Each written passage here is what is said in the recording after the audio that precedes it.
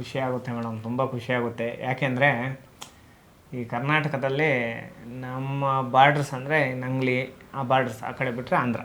ಜನ ತುಂಬ ಕಾತರದಿಂದ ಕಾಯ್ತಿದ್ದಾರೆ ಯಾವಾಗ ರಿಲೀಸು ಅಂತ. ಅದನ್ನ ಕೇಳಿಸ್ಕೊಳ್ಳೋಕ್ಕೆ ಒಂಥರ ಹಿಂಪು. ಗೆಲ್ಲಬೇಕು, ಯಾವುದೇ ಮಾಡಿದ್ರು ಅದಕ್ಕೆ ನಾವು ಒಂದು ಡೆಡಿಕೇಶನ್ ಮಾಡಬೇಕು, ಗೆಲ್ಲಬೇಕು. ಸಿನಿಮಾ ಅನ್ನೋ ಒಂದು ವಿಚಾರ ಬಂದರೆ ಸಂದೇಶ ಒಬ್ಬನೇ ಡೆಡಿಕೇಟ್ ಮಾಡಿದ್ರೆ ಆಗಲ್ಲ. ಸಿನಿಮಾ ಮುಖಾಂತರನೇ ಒಂದು ಹೋರಾಟನೇ ಇದು ಒಂದು ರೆವಲ್ಯೂಷನ್, ಇದು ಒಂದು ಹೋರಾಟ ಮಾಡೋಣ. ಇದ್ರ ಮುಖಾಂತರ ಒಂದಷ್ಟು ನಮ್ಮ ಬಡತನದಲ್ಲಿರುವಂಥ ಹೆಣ್ಣು ಮಕ್ಕಳಿಗೆಲ್ಲ ಅನುಕೂಲ ಮಾಡೋಣ. ಅದರಲ್ಲಿ ಮುಖ್ಯವಾಗಿ ಒಂದು 80ರಿಂದ 100 ಜನ ಹೆಣ್ಣುಮಕ್ಕಳು ನನಗೆ ಫೋನ್ ಮಾಡ್ತಾರೆ, ಅಣ್ಣ ಲವ್ ಮಾಡಿದೆ, ಅವನು 5 ವರ್ಷ ಲವ್ ಮಾಡಿದೆ, ಈಗ ಬಿಟ್ಬಿಟ್ಟು ಹೊರಟೋಗ್ತಿದ್ದಾನೆ, ನಿನ್ನ ಕೈಯಲ್ಲಿ ಏನಾಗುತ್ತೋ ಮಾಡ್ಕೋ. ಇಂಥ ಒಂದು ಸಂದರ್ಭದಲ್ಲಿ ಆ ಹೆಣ್ಮಕ್ಳಿಗೆ ಧೈರ್ಯ ಹೇಳೋರೇ ಇರಲ್ಲ. ಸಂದೇಶ ಅಣ್ಣ ಹತ್ರ ಹೋದರೆ ಅಟ್ಲೀಸ್ಟ್ ಒಂದು ನ್ಯಾಯ ಕೊಡಿಸ್ತಾನೆ, ಅವ್ರ ಅಂದರೆ ಮನಸ್ಸಿಗೆ ಸಮಾಧಾನ ಆಗೋ ಥರ, ಅಥವಾ ಅವ್ನಿಗೊಂದು ಶಿಕ್ಷೆ ಕೊಡಿಸ್ತಾನೆ, ಕಾನೂನು ಪ್ರಕಾರ ಹೋರಾಟ ಮಾಡ್ತಾನೆ. ಆ್ಯಕ್ಚುಲಿ ನಾನು ಥಿಯೇಟ್ರ್ ಬ್ಯಾಕ್ಗ್ರೌಂಡಿಂದ ಬಂದಿರೋಳು. ಸುಮಾರು ಒಂದು 12 ಇಯರ್ಸಿಂದ ಥಿಯೇಟ್ರಲ್ಲೇ ಸುಮಾರು ನಾಟಕಗಳು ಮಾಡಿ, ಡೈರೆಕ್ಷನ್ ಮಾಡಿ ಅದರಲ್ಲೇ ಬಂದಿರೋಳು. ಸೊ ಇದು ಫಸ್ಟ್ ಸಿನಿಮಾ ನನಗೆ ಅವಕಾಶ ಸಿಕ್ಕಿದ್ದು. ಸ್ಟೋರಿ ಏನು, ಯಾರು ಡೈರೆಕ್ಟ್ರು, ಪ್ರೊಡ್ಯೂಸರು ಏನೂ ಗೊತ್ತಿಲ್ಲ ನನಗೆ. ಡೈರೆಕ್ಟ್ ಹೋದೆ, ಮೇಕಪ್ ಹಾಕಿದ ಮೇಲೇ ನಾನೊಂದು ಏಜ್ಡ್ ಕ್ಯಾರೆಕ್ಟರ್ ಮಾಡ್ತಾಯಿದ್ದೀನಿ, ನಾನೊಬ್ಬ ತಾಯಿ ಪಾತ್ರ ಮಾಡ್ತಿದ್ದೀನಿ ಈ ಸಿನಿಮಾದಲ್ಲಿ ಅಂತ ಗೊತ್ತಾಗಿದ್ದೇನೆ ನಾನು ಆಫ್ಟರ್ ಮೇಕಪ್ ಆದಮೇಲೆ.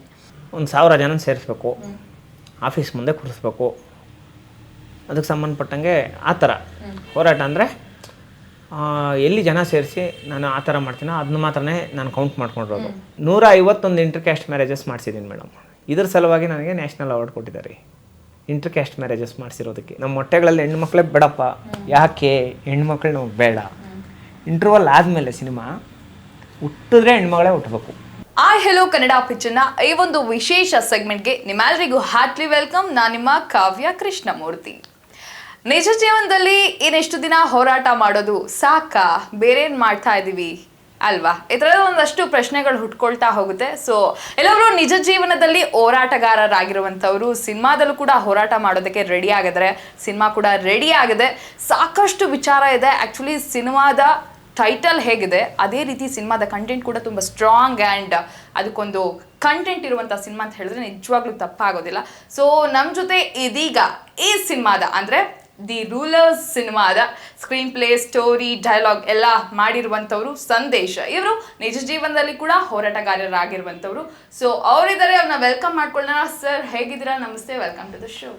Thank you so much madam, ತುಂಬ ಚೆನ್ನಾಗಿದ್ದೀನಿ.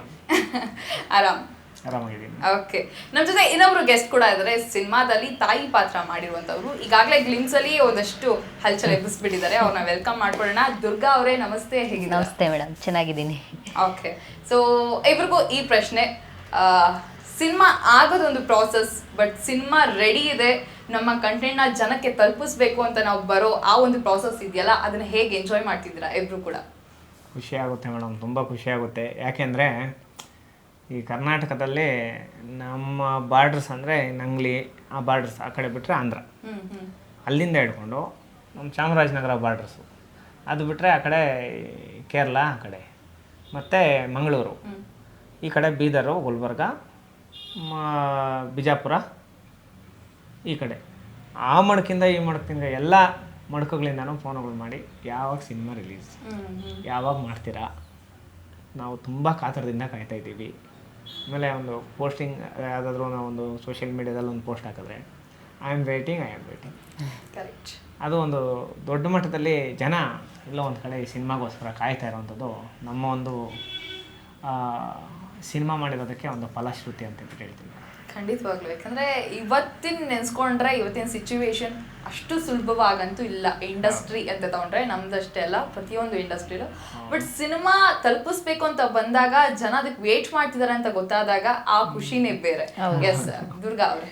ಹೌದು ಮೇಡಮ್, ಈಗಾಗಲೇ ಟೀಸರ್, ಟ್ರೈಲರ್ ಎಲ್ಲನೂ ಬಿಡುಗಡೆ ಆಗಿದೆ.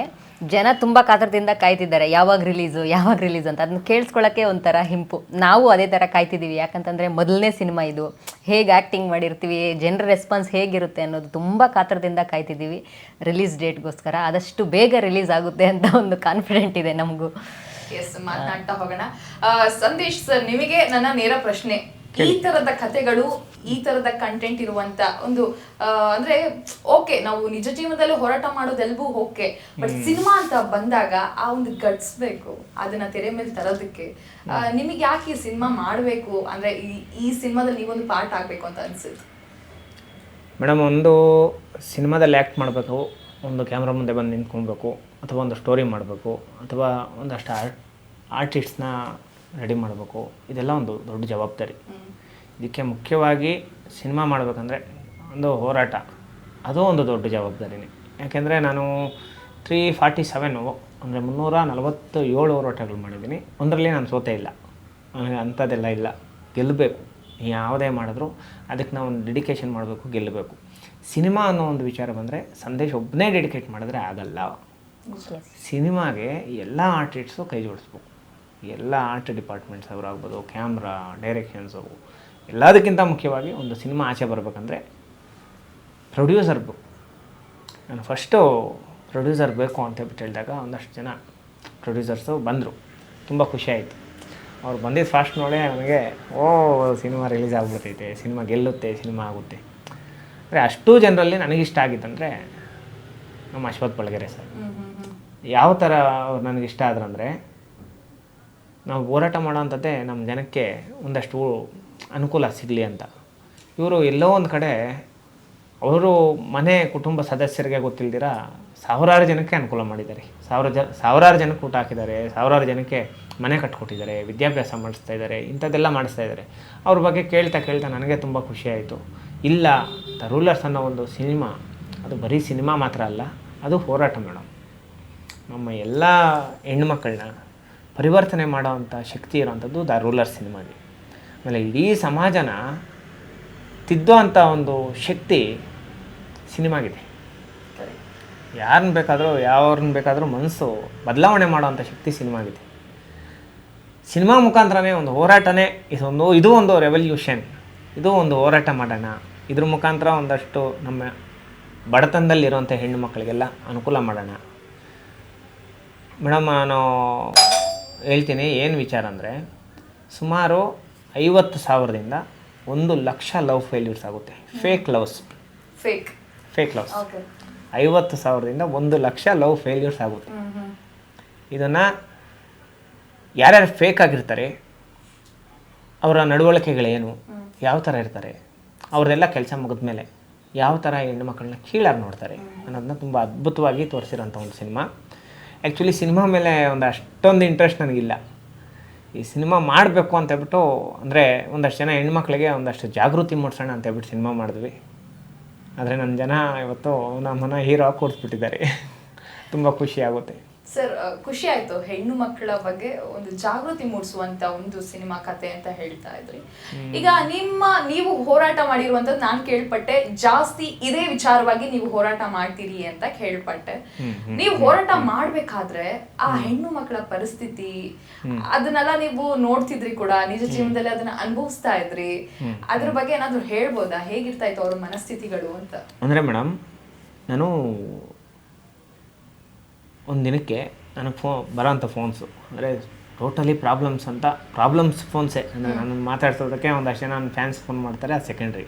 ಪ್ರಾಬ್ಲಮ್ಸ್ ಇರೋವಂಥದ್ದೇ, ಜಮೀನು ಆಗ್ಬೋದು, ಮನೆ ಆಗ್ಬೋದು, ಈ ಥರ ತೊಂದರೆಗಳಿರೋಂಥದ್ದು ಒಂದು 150 ಫೋನ್ಸ್ ಬರುತ್ತೆ ನನಗೆ ಒಂದು ದಿನಕ್ಕೆ.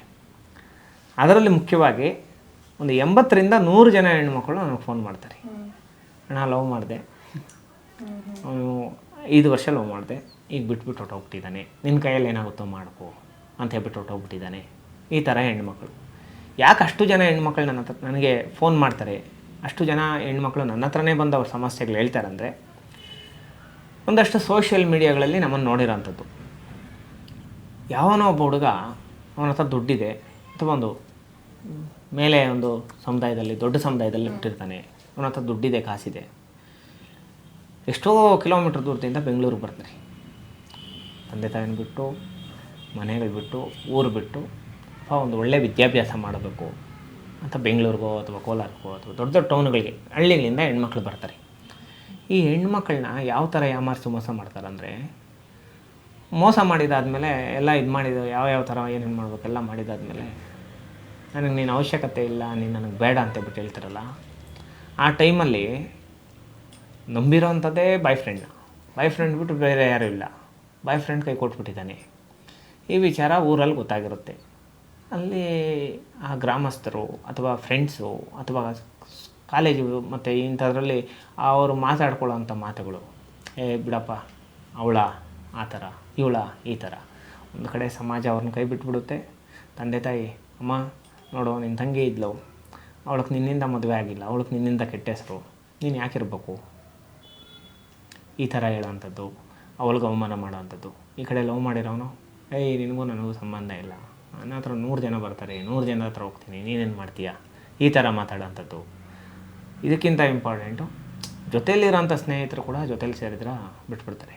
ಅಂದರೆ ಆ ಹೆಣ್ಮಗಳ ಪರಿಸ್ಥಿತಿ ಆ ಒಂದು ಕಾಲಘಟ್ಟದಲ್ಲಿ ಯಾವ ಥರ ಆಗ್ಬಿಡುತ್ತೆ ಅಂದರೆ, ನನಗೆ ಯಾರೂ ದಿಕ್ಕಿಲ್ಲೇನೋ ಅಂತ ಹೋಗ್ಬಿಟ್ಟು ಸೂಸೈಡ್ ಮಾಡ್ಕೊತಾರೆ. ಜಾಸ್ತಿ ಜನ ಹೆಣ್ಮಕ್ಳು ಇವತ್ತು ನಾವು ಸಾಮಾಜಿಕ ಜಾಲತಾಣಗಳಲ್ಲಿ ನೋಡ್ತಾ ಇರ್ಬೋದು, ಎಲ್ಲ ವಿಚಾರಗಳಲ್ಲಿ ಇದೇ ಥರ ಮಾಡ್ತಾರೆ. ಸೂಸೈಡ್ ಮಾಡ್ಕೊಂಡ್ಮೇಲೇನೋ ಅವ್ರಿಗೇನಾದ್ರೂ ನ್ಯಾಯ ಸಿಗುತ್ತಂದರೆ ಅದು ಇಲ್ಲ ಪಾಪ. ಯಾರೋ ಅವ್ರ ಪರವಾಗಿ ಹೋರಾಟ, ಈಗ ಪೇರೆಂಟ್ಸು ಓದ್ಲು ಸತ್ತೋದ್ಲು ಬಿಟ್ಬಿಡು ಅಷ್ಟೇ. ಸಮಾಜ ನೋಡಪ್ಪ ಹಿಂಗಾಯಿತು ಅಷ್ಟೇ. ಅಕಸ್ಮಾತ್ ಇನ್ನೂ ಏನಾರ ದೊಡ್ಡದಾಗಿ ಮೀಡಿಯಾದಲ್ಲಿ ಏನಾದರೂ ಬಂದರೆ ಅದು ಎಲ್ಲೋ ಒಂದು ಕಡೆ ಒಂದಷ್ಟು ಆ ವ್ಯಕ್ತಿಗೆ ಒಂದು ಇದಾಗುವಂಥದ್ದು ಅಥವಾ ಶಿಕ್ಷೆ ಆಗುವಂಥದ್ದು ಎಲ್ಲ ರೇರಾಗಿ ಕಾಣಿಸೋವಂಥದ್ದು ಒಂದೊಂದು ಕೇಸಸ್. ಇಂಥ ಒಂದು ಸಂದರ್ಭದಲ್ಲಿ ಆ ಹೆಣ್ಮಕ್ಳಿಗೆ ಧೈರ್ಯ ಹೇಳೋರೇ ಇರಲ್ಲ. ಸಂದೇಶ ಅಣ್ಣ ಹತ್ರ ಹೋದರೆ ಅಟ್ಲೀಸ್ಟ್ ಒಂದು ನ್ಯಾಯ ಕೊಡಿಸ್ತಾನೆ, ನಾವು ಅವ್ರ ಅಂದರೆ ಮನಸ್ಸಿಗೆ ಸಮಾಧಾನ ಆಗೋ ಥರ, ಅಥವಾ ಅವ್ನಿಗೊಂದು ಶಿಕ್ಷೆ ಕೊಡಿಸ್ತಾನೆ, ಕಾನೂನು ಪ್ರಕಾರ ಹೋರಾಟ ಮಾಡ್ತಾನೆ, ನಾನು ಕರ್ಕೊಂಡೋಗಿ ಅವ್ರ ಮನೆ ಮುಂದೆ ಕೂರಿಸ್ಬಿಟ್ಟು ಧರಣಿ ಮಾಡ್ತಾನೆ, ಹೋರಾಟ ಮಾಡ್ತಾನೆ ಅನ್ನೋ ಒಂದು ನಂಬಿಕೆ ಕರ್ನಾಟಕದ ಹೆಣ್ಮಕ್ಳಿಗೆ. ಯಾವುದೇ ಹೆಣ್ಮಕ್ಳಿಗೆ ತೊಂದರೆ ಆದರೂ ಫಸ್ಟ್ ನೆನಪಿಗೆ ಬರೋದು ನಾನೇ.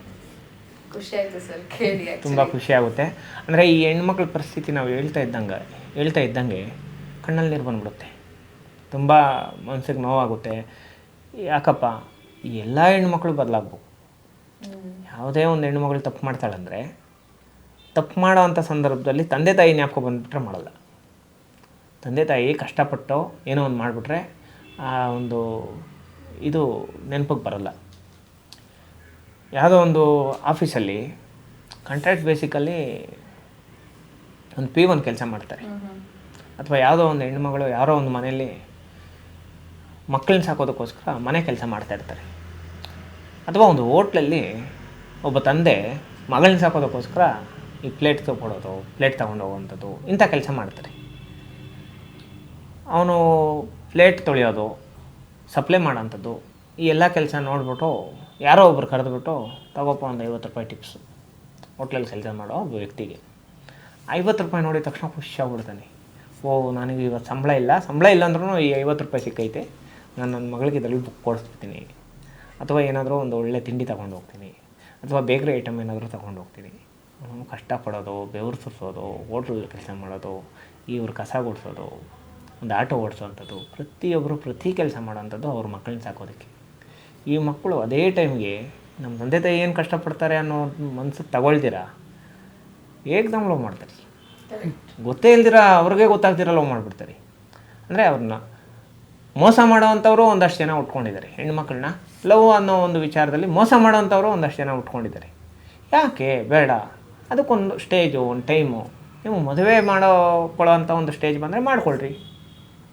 ಇದನ್ನು ಬಡವ್ರ ಮನೆ ಹೆಣ್ಮಕ್ಳು ಯಾವುದೇ ಕಾರಣಕ್ಕೂ ಶ್ರೀಮಂತರನ್ನ ಲವ್ ಮಾಡಬೇಡ್ರಿ ಅಂತ ಒಂದು ಒಳ್ಳೆ ಮೆಸೇಜ್ ಕೊಟ್ಟಿದ್ದೀನಿ. ಅನಿಸ್ತೀನಿ. ದುರ್ಗಾ ಅವರೇ, ಮೊದಲನೇ ಸಿನಿಮಾ ತಾಯಿ ಪಾತ್ರದಲ್ಲಿ ಅನುಭವ ಹೇಗಿತ್ತು? ಈ ಥರದ ಒಂದು ವಿಭಿನ್ನವಾಗಿರುವಂಥ ಒಂದು ಸಿನಿಮಾದಲ್ಲಿ ಆ್ಯಕ್ಟ್ ಮಾಡಿದಂಥ ಅನುಭವ. ಆ್ಯಕ್ಚುಲಿ ನಾನು ಥಿಯೇಟ್ರ್ ಬ್ಯಾಕ್ಗ್ರೌಂಡಿಂದ ಬಂದಿರೋಳು. ಸುಮಾರು ಒಂದು 12 ಇಯರ್ಸಿಂದ ಥಿಯೇಟ್ರಲ್ಲೇ ಸುಮಾರು ನಾಟಕಗಳು ಮಾಡಿ, ಡೈರೆಕ್ಷನ್ ಮಾಡಿ ಅದರಲ್ಲೇ ಬಂದಿರೋಳು. ಸೊ ಇದು ಫಸ್ಟ್ ಸಿನಿಮಾ ನನಗೆ ಅವಕಾಶ ಸಿಕ್ಕಿದ್ದು. ಹೇಗೆ ಅಂತಂದರೆ, ಬ್ಲೈಂಡಾಗಿ ಇವ್ರ ಹತ್ರ ಸಂದೇಶ್ ಅವ್ರನ್ನ ಮೀಟ್ ಮಾಡೋಕ್ಕೆ ಹೋದಾಗ ಇದೇ ಥರ ಸ್ಟೋರೀಸ್ ಹೇಳ್ತಾ ಒಂದು ಸ್ಟೋರಿ ಮಾಡಬೇಕು, ನಾನು ಸಿನಿಮಾ ಮಾಡಬೇಕು ಅಂತಂತಿದ್ರು. ಮಾಡೋಣ್ರಿ ಇನ್ನೇನು ಆಗಿಬಿಡುತ್ತೆ ಅಂತಂದರು. ಸರಿ ಸರ್ ಆಯಿತು ಮಾಡೋಣ ಅಷ್ಟೇ ಮಾತಾಡಿದ್ದು. ಅದಾಗಿದ್ದೊಂದು 1 ಮಂತ್ ಅಥವಾ 2 ಮಂತ್ಸಲ್ಲೇ ಸಿನಿಮಾ ಮಾಡಬೇಕು ಅಂತ ಸ್ಕ್ರಿಪ್ಟು, ಡೈರೆಕ್ಟ್ರು, ಪ್ರೊಡ್ಯೂಸರು ಎಲ್ಲ ರೆಡಿ ಆಗೋಗಿ ಆಡಿಷನ್ಸ್ ಎಲ್ಲ ರೆಡಿ ಆಗ್ತಾಯಿದೆ. ನಾನು ಓಕೆ ಫೈನ್ ಅಂದ್ಕೊಂಡಿದ್ದ ತಕ್ಷಣ ಮಾಡಿಬಿಡ್ತಿದ್ದಾರಲ್ಲ ಅಂತೇಳಿ ಕಾಲ್ ಮಾಡಿಲ್ಲ ಹೇಳ್ದೆ, ಏನು ಸರ್ ಇಷ್ಟು ಬೇಗ ಶುರು ಮಾಡಿಬಿಡ್ತಿದ್ದೀರಾ ಅಂತ. ಸೊ ಹ್ಞೂ ರೀ ಆಯಿತು, ಅಂದ್ಕೊಂಡಿದ್ದ ತಕ್ಷಣ ಮಾಡಬೇಕಲ್ವ ಏನಾದರೂ ಒಂದು ಅಂತೇಳಿ ಶುರು ಮಾಡ್ತಿದ್ರು. ಆಮೇಲೆ ನನಗೆ ಗೊತ್ತಿರಲಿಲ್ಲ ನಾನು ಈ ಸಿನಿಮಾದಲ್ಲಿ ನಾನು ಒಂದು ಪಾತ್ರ ಮಾಡ್ತೀನಿ ಅಂತ. ಆಮೇಲೆ ನಾನು ಹೇಳೂ ಇರಲಿಲ್ಲ ಇವ್ರಿಗೆ ನಾನು ಮಾಡ್ತೀನಿ ಅಂತಲೂ ಏನೂ ಹೇಳಿರಲಿಲ್ಲ. ಹಿಂಗೆ ಒಂದಿನ ಆಡಿಷನ್ಸ್ ಎಲ್ಲ ಇತ್ತು, ಫೋಟೋಸ್ ಕಳಿಸಿ ಅಂದರು, ಫೋಟೋಸ್ ಕಳಿಸ್ದೆ. ಡೈರೆಕ್ಟರ್ ಸರ್ನ ಮೀಟ್ ಮಾಡಿದ್ವಿ ನೆಕ್ಸ್ಟ್ ಡೇ. ಮೀಟ್ ಮಾಡಿದ್ದಾದಮೇಲೆ ಲುಕ್ ಟೆಸ್ಟ್ ಮಾಡಬೇಕು ಅಂದರು. ಇಮಿಡಿಯೇಟ್ ಲುಕ್ ಟೆಸ್ಟ್ಗೆ ಹೋದೆ. ಲುಕ್ ಟೆಸ್ಟ್ ಆಗಿದ ತಕ್ಷಣವೇ ನೆಕ್ಸ್ಟ್ ಡೇನೇ ಶೂಟು. ನಾನು ಏನು ಪಾತ್ರ ಮಾಡ್ತಿದ್ದೀನಿ, ಸ್ಟೋರಿ ಸಿಂಪಲ್ಲಾಗಿ ಹೇಳಿದರು ಅಷ್ಟೇ. ಇವರು ಒಂದು ಘಟನೆ ಲೈಟಾಗಿ ಹೇಳಿದ್ರು, ಬಟ್ ಇವ್ರು ಯಾವ ಥರ ಸ್ಕ್ರೀನ್ ಪ್ಲೇ ಮಾಡ್ಕೊಂಡಿದ್ದಾರೆ, ಸ್ಟೋರಿ ಏನು, ಯಾರು ಡೈರೆಕ್ಟ್ರು, ಪ್ರೊಡ್ಯೂಸರು ಏನೂ ಗೊತ್ತಿಲ್ಲ ನನಗೆ. ಡೈರೆಕ್ಟ್ ಹೋದೆ, ಮೇಕಪ್ ಹಾಕಿದ ಮೇಲೇ ನಾನೊಂದು ಏಜ್ಡ್ ಕ್ಯಾರೆಕ್ಟರ್ ಮಾಡ್ತಾಯಿದ್ದೀನಿ, ನಾನೊಬ್ಬ ತಾಯಿ ಪಾತ್ರ ಮಾಡ್ತಿದ್ದೀನಿ ಈ ಸಿನಿಮಾದಲ್ಲಿ ಅಂತ ಗೊತ್ತಾಗಿದ್ದೇನೆ ನಾನು ಆಫ್ಟರ್ ಮೇಕಪ್ ಆದಮೇಲೆ. ಒಂಥರ ನನಗೆ ಭಾಳ ಕಷ್ಟ ಅನಿಸೋದು. ಯಾಕಂತಂದರೆ ನನ್ನ ಏಜ್ ಬಿಟ್ಟು ತುಂಬ ಏಜ್ಡ್ ಕ್ಯಾರೆಕ್ಟರ್ ಮಾಡಬೇಕು ಅಂದರೆ ಇಟ್ಸ್ ವೆರಿ ಡಿಫಿಕಲ್ಟ್. ಆ ಟೈಮಲ್ಲಿ ನನಗೆ ನಮ್ಮ ಡೈರೆಕ್ಟ್ರ್ ಸರು, ಪ್ರೊಡ್ಯೂಸರ್ ಪುನೀತ್ ಸರು, ಕೋ ಡೈರೆಕ್ಟ್ರು ಪುನೀತ್ ಸರು, ಆಮೇಲೆ ಇವ್ರು ಸಂದೇಶ್ ಅವರು, ಆಮೇಲೆ ಇದರಲ್ಲಿ ಅರವು ಲ್ಯಾಂಗ್ವೇಜ್ ಎಲ್ಲ ಯೂಸ್ ಮಾಡಿದ್ದಾರೆ. ನನಗದು ಅಷ್ಟು ಚೆನ್ನಾಗಿ ಬರಲ್ಲ. ಆ ಡೈಲಾಗ್ಸ್ ಹೇಳಬೇಕಾದ್ರೆ ಎಲ್ಲ ತುಂಬ ಕಷ್ಟ ಅನ್ನಿಸ್ತಿತ್ತು. ಫಸ್ಟ್ ಡೇ ಅಷ್ಟೇ. ಅದಾದಮೇಲೆ ಕ್ಯಾಶುವಲಾಗಿ ನಾನು ಅಭ್ಯಾಸ ಆಗೋದೆ. ಆಮೇಲೆ ಮಾತ್ರ ಒಳ್ಳೆ ಗುಡ್ ಎಕ್ಸ್ಪೀರಿಯೆನ್ಸ್ ನನಗೆ ಈ ಸಿನಿಮಾ. ಯಾಕಂತಂದರೆ ಫಸ್ಟ್ ಕ್ಯಾಮ್ರಾ ನಾನು ಫೇಸ್ ಮಾಡಿರೋದ್ರಿಂದ ಒಳ್ಳೆ ಅನುಭವಗಳ ಜೊತೆ, ಒಳ್ಳೆ ಲೆಸನ್ಸ್ ಜೊತೆ ಒಂಥರ ಭಯ ಇರುತ್ತಲ್ವ, ಡೈರೆಕ್ಟ್ರ್ ಯಾವ ಥರ ನಮ್ಮನ್ನು ಟ್ರೀಟ್ ಮಾಡ್ತಾರೋ, ಹೇಗಿರುತ್ತೋ ಏನೋ, ಆ ಥರ ಏನೂ ಅನಿಸ್ಲೇ ಇಲ್ಲ ನನಗೆ. ಯಾಕಂದರೆ ಅಷ್ಟು ಫ್ರೆಂಡ್ಲಿಯಾಗಿ, ಅಷ್ಟು ನೀಟಾಗಿ ಫಸ್ಟ್ ಟೈಮ್ ಮಾಡ್ತಿದ್ದೀನಿ ಅಂತ ಅನಿಸ್ದೇ ಇರೋ ಥರ ನಾನು ಆ್ಯಕ್ಟ್ ಮಾಡ್ಕೊಂಡು ಹೋದೆ. ಆಮೇಲೆ ಅದೇ ಥರ ನಮಗೆ ಪ್ರೊಡ್ಯೂಸರು ತುಂಬ ಚೆನ್ನಾಗಿ ಕೋಪ್ರೇಟ್ ಮಾಡ್ತಿದ್ರು. ನಾವು ಒಂದು ಸಲನೂ ಮೀಟ್ ಮಾಡಿರಲಿಲ್ಲ ಪ್ರೊಡ್ಯೂಸರ್ ಸರ್ನ. ಅವ್ರು ಬಂದ ತಕ್ಷಣ ಕೇಳೋದೇ ಊಟ ಆಯಿತಾ, ಎಲ್ಲರದು ಊಟ ಆಯಿತಾ ಅಂತ ಕೇಳ್ತಿದ್ದಿದ್ದು. ಆಮೇಲೆ ಏನೇ ಆಗಲಿ ಮಾಡಿ, ನಮ್ಮ ಹೆಣ್ಮಕ್ಳು ಬೆಳಿಬೇಕು, ನೀವೆಲ್ಲ ಒಂದು ಸ್ಟೇಜ್ಗೆ ಹೋಗಬೇಕು, ನೀವೆಲ್ಲನೂ ಬೆಳಿಬೇಕು, ನಮ್ಮ ಬಡವ ಹೆಣ್ಮಕ್ಳಿಗೆ ಒಂದು ಒಳ್ಳೆ ಚಾನ್ಸಸ್ ಸಿಗಬೇಕು, ಪೇಮೆಂಟ್ ಬಗ್ಗೆ ಎಲ್ಲ ನೀವೇನು ಯೋಚನೆ ಮಾಡಬೇಡಿ, ಒಳ್ಳೆ ಪೇಮೆಂಟ್ಸ್ ಕೊಡ್ತೀವಿ, ಆರಾಮಾಗಿ ನೀವು ಮಾಡಿ ಅಂತ ತುಂಬ ಕೋಪ್ರೇಟ್ ಮಾಡಿದರು ನಮಗೆ. ನನಗಂತೂ ಇದೊಂಥರ ಇಂಡಸ್ಟ್ರಿಗೆ ಒಂದು ಹೆಜ್ಜೆ ಇಡೋಕ್ಕೆ ತುಂಬ ಹೆಲ್ಪ್ಫುಲ್ ಅಂತ ಹೇಳ್ತೀನಿ ಈ ಸಿನಿಮಾ. Super sir. ನೀವು ನಿಮ್ಮ ಹೋರಾಟದಲ್ಲಿರ್ಬೋದು ಅಥವಾ ಸುತ್ತಮುತ್ತ ಇರ್ಬೋದು, ಈ ಥರದ ಎಷ್ಟು ಕೇಸ್ಗಳನ್ನ ನೀವು ನೋಡಿದ್ರೆ ಎಲ್ಲಿವರೆಗೂ ಅಂತ ಹೇಳಿ? ಮೇಡಮ್, ಈಗ ನಾನು ಹೋರಾಟ ಅಂದರೆ ಏನು ಕೌಂಟು, ಯಾವ ಥರ ಹೋರಾಟ ಕೌಂಟ್ ಮಾಡ್ತೀನಿ ಅಂದರೆ, 1,000 ಜನ ಸೇರಿಸ್ಬೇಕು, ಆಫೀಸ್ ಮುಂದೆ ಕೂರಿಸ್ಬೇಕು, ಅದಕ್ಕೆ ಸಂಬಂಧಪಟ್ಟಂಗೆ ಆ ಥರ ಹೋರಾಟ ಅಂದರೆ ಎಲ್ಲಿ ಜನ ಸೇರಿಸಿ ನಾನು ಆ ಥರ ಮಾಡ್ತೀನೋ ಅದನ್ನ ಮಾತ್ರನೇ ನಾನು ಕೌಂಟ್ ಮಾಡ್ಕೊಂಡಿರೋದು.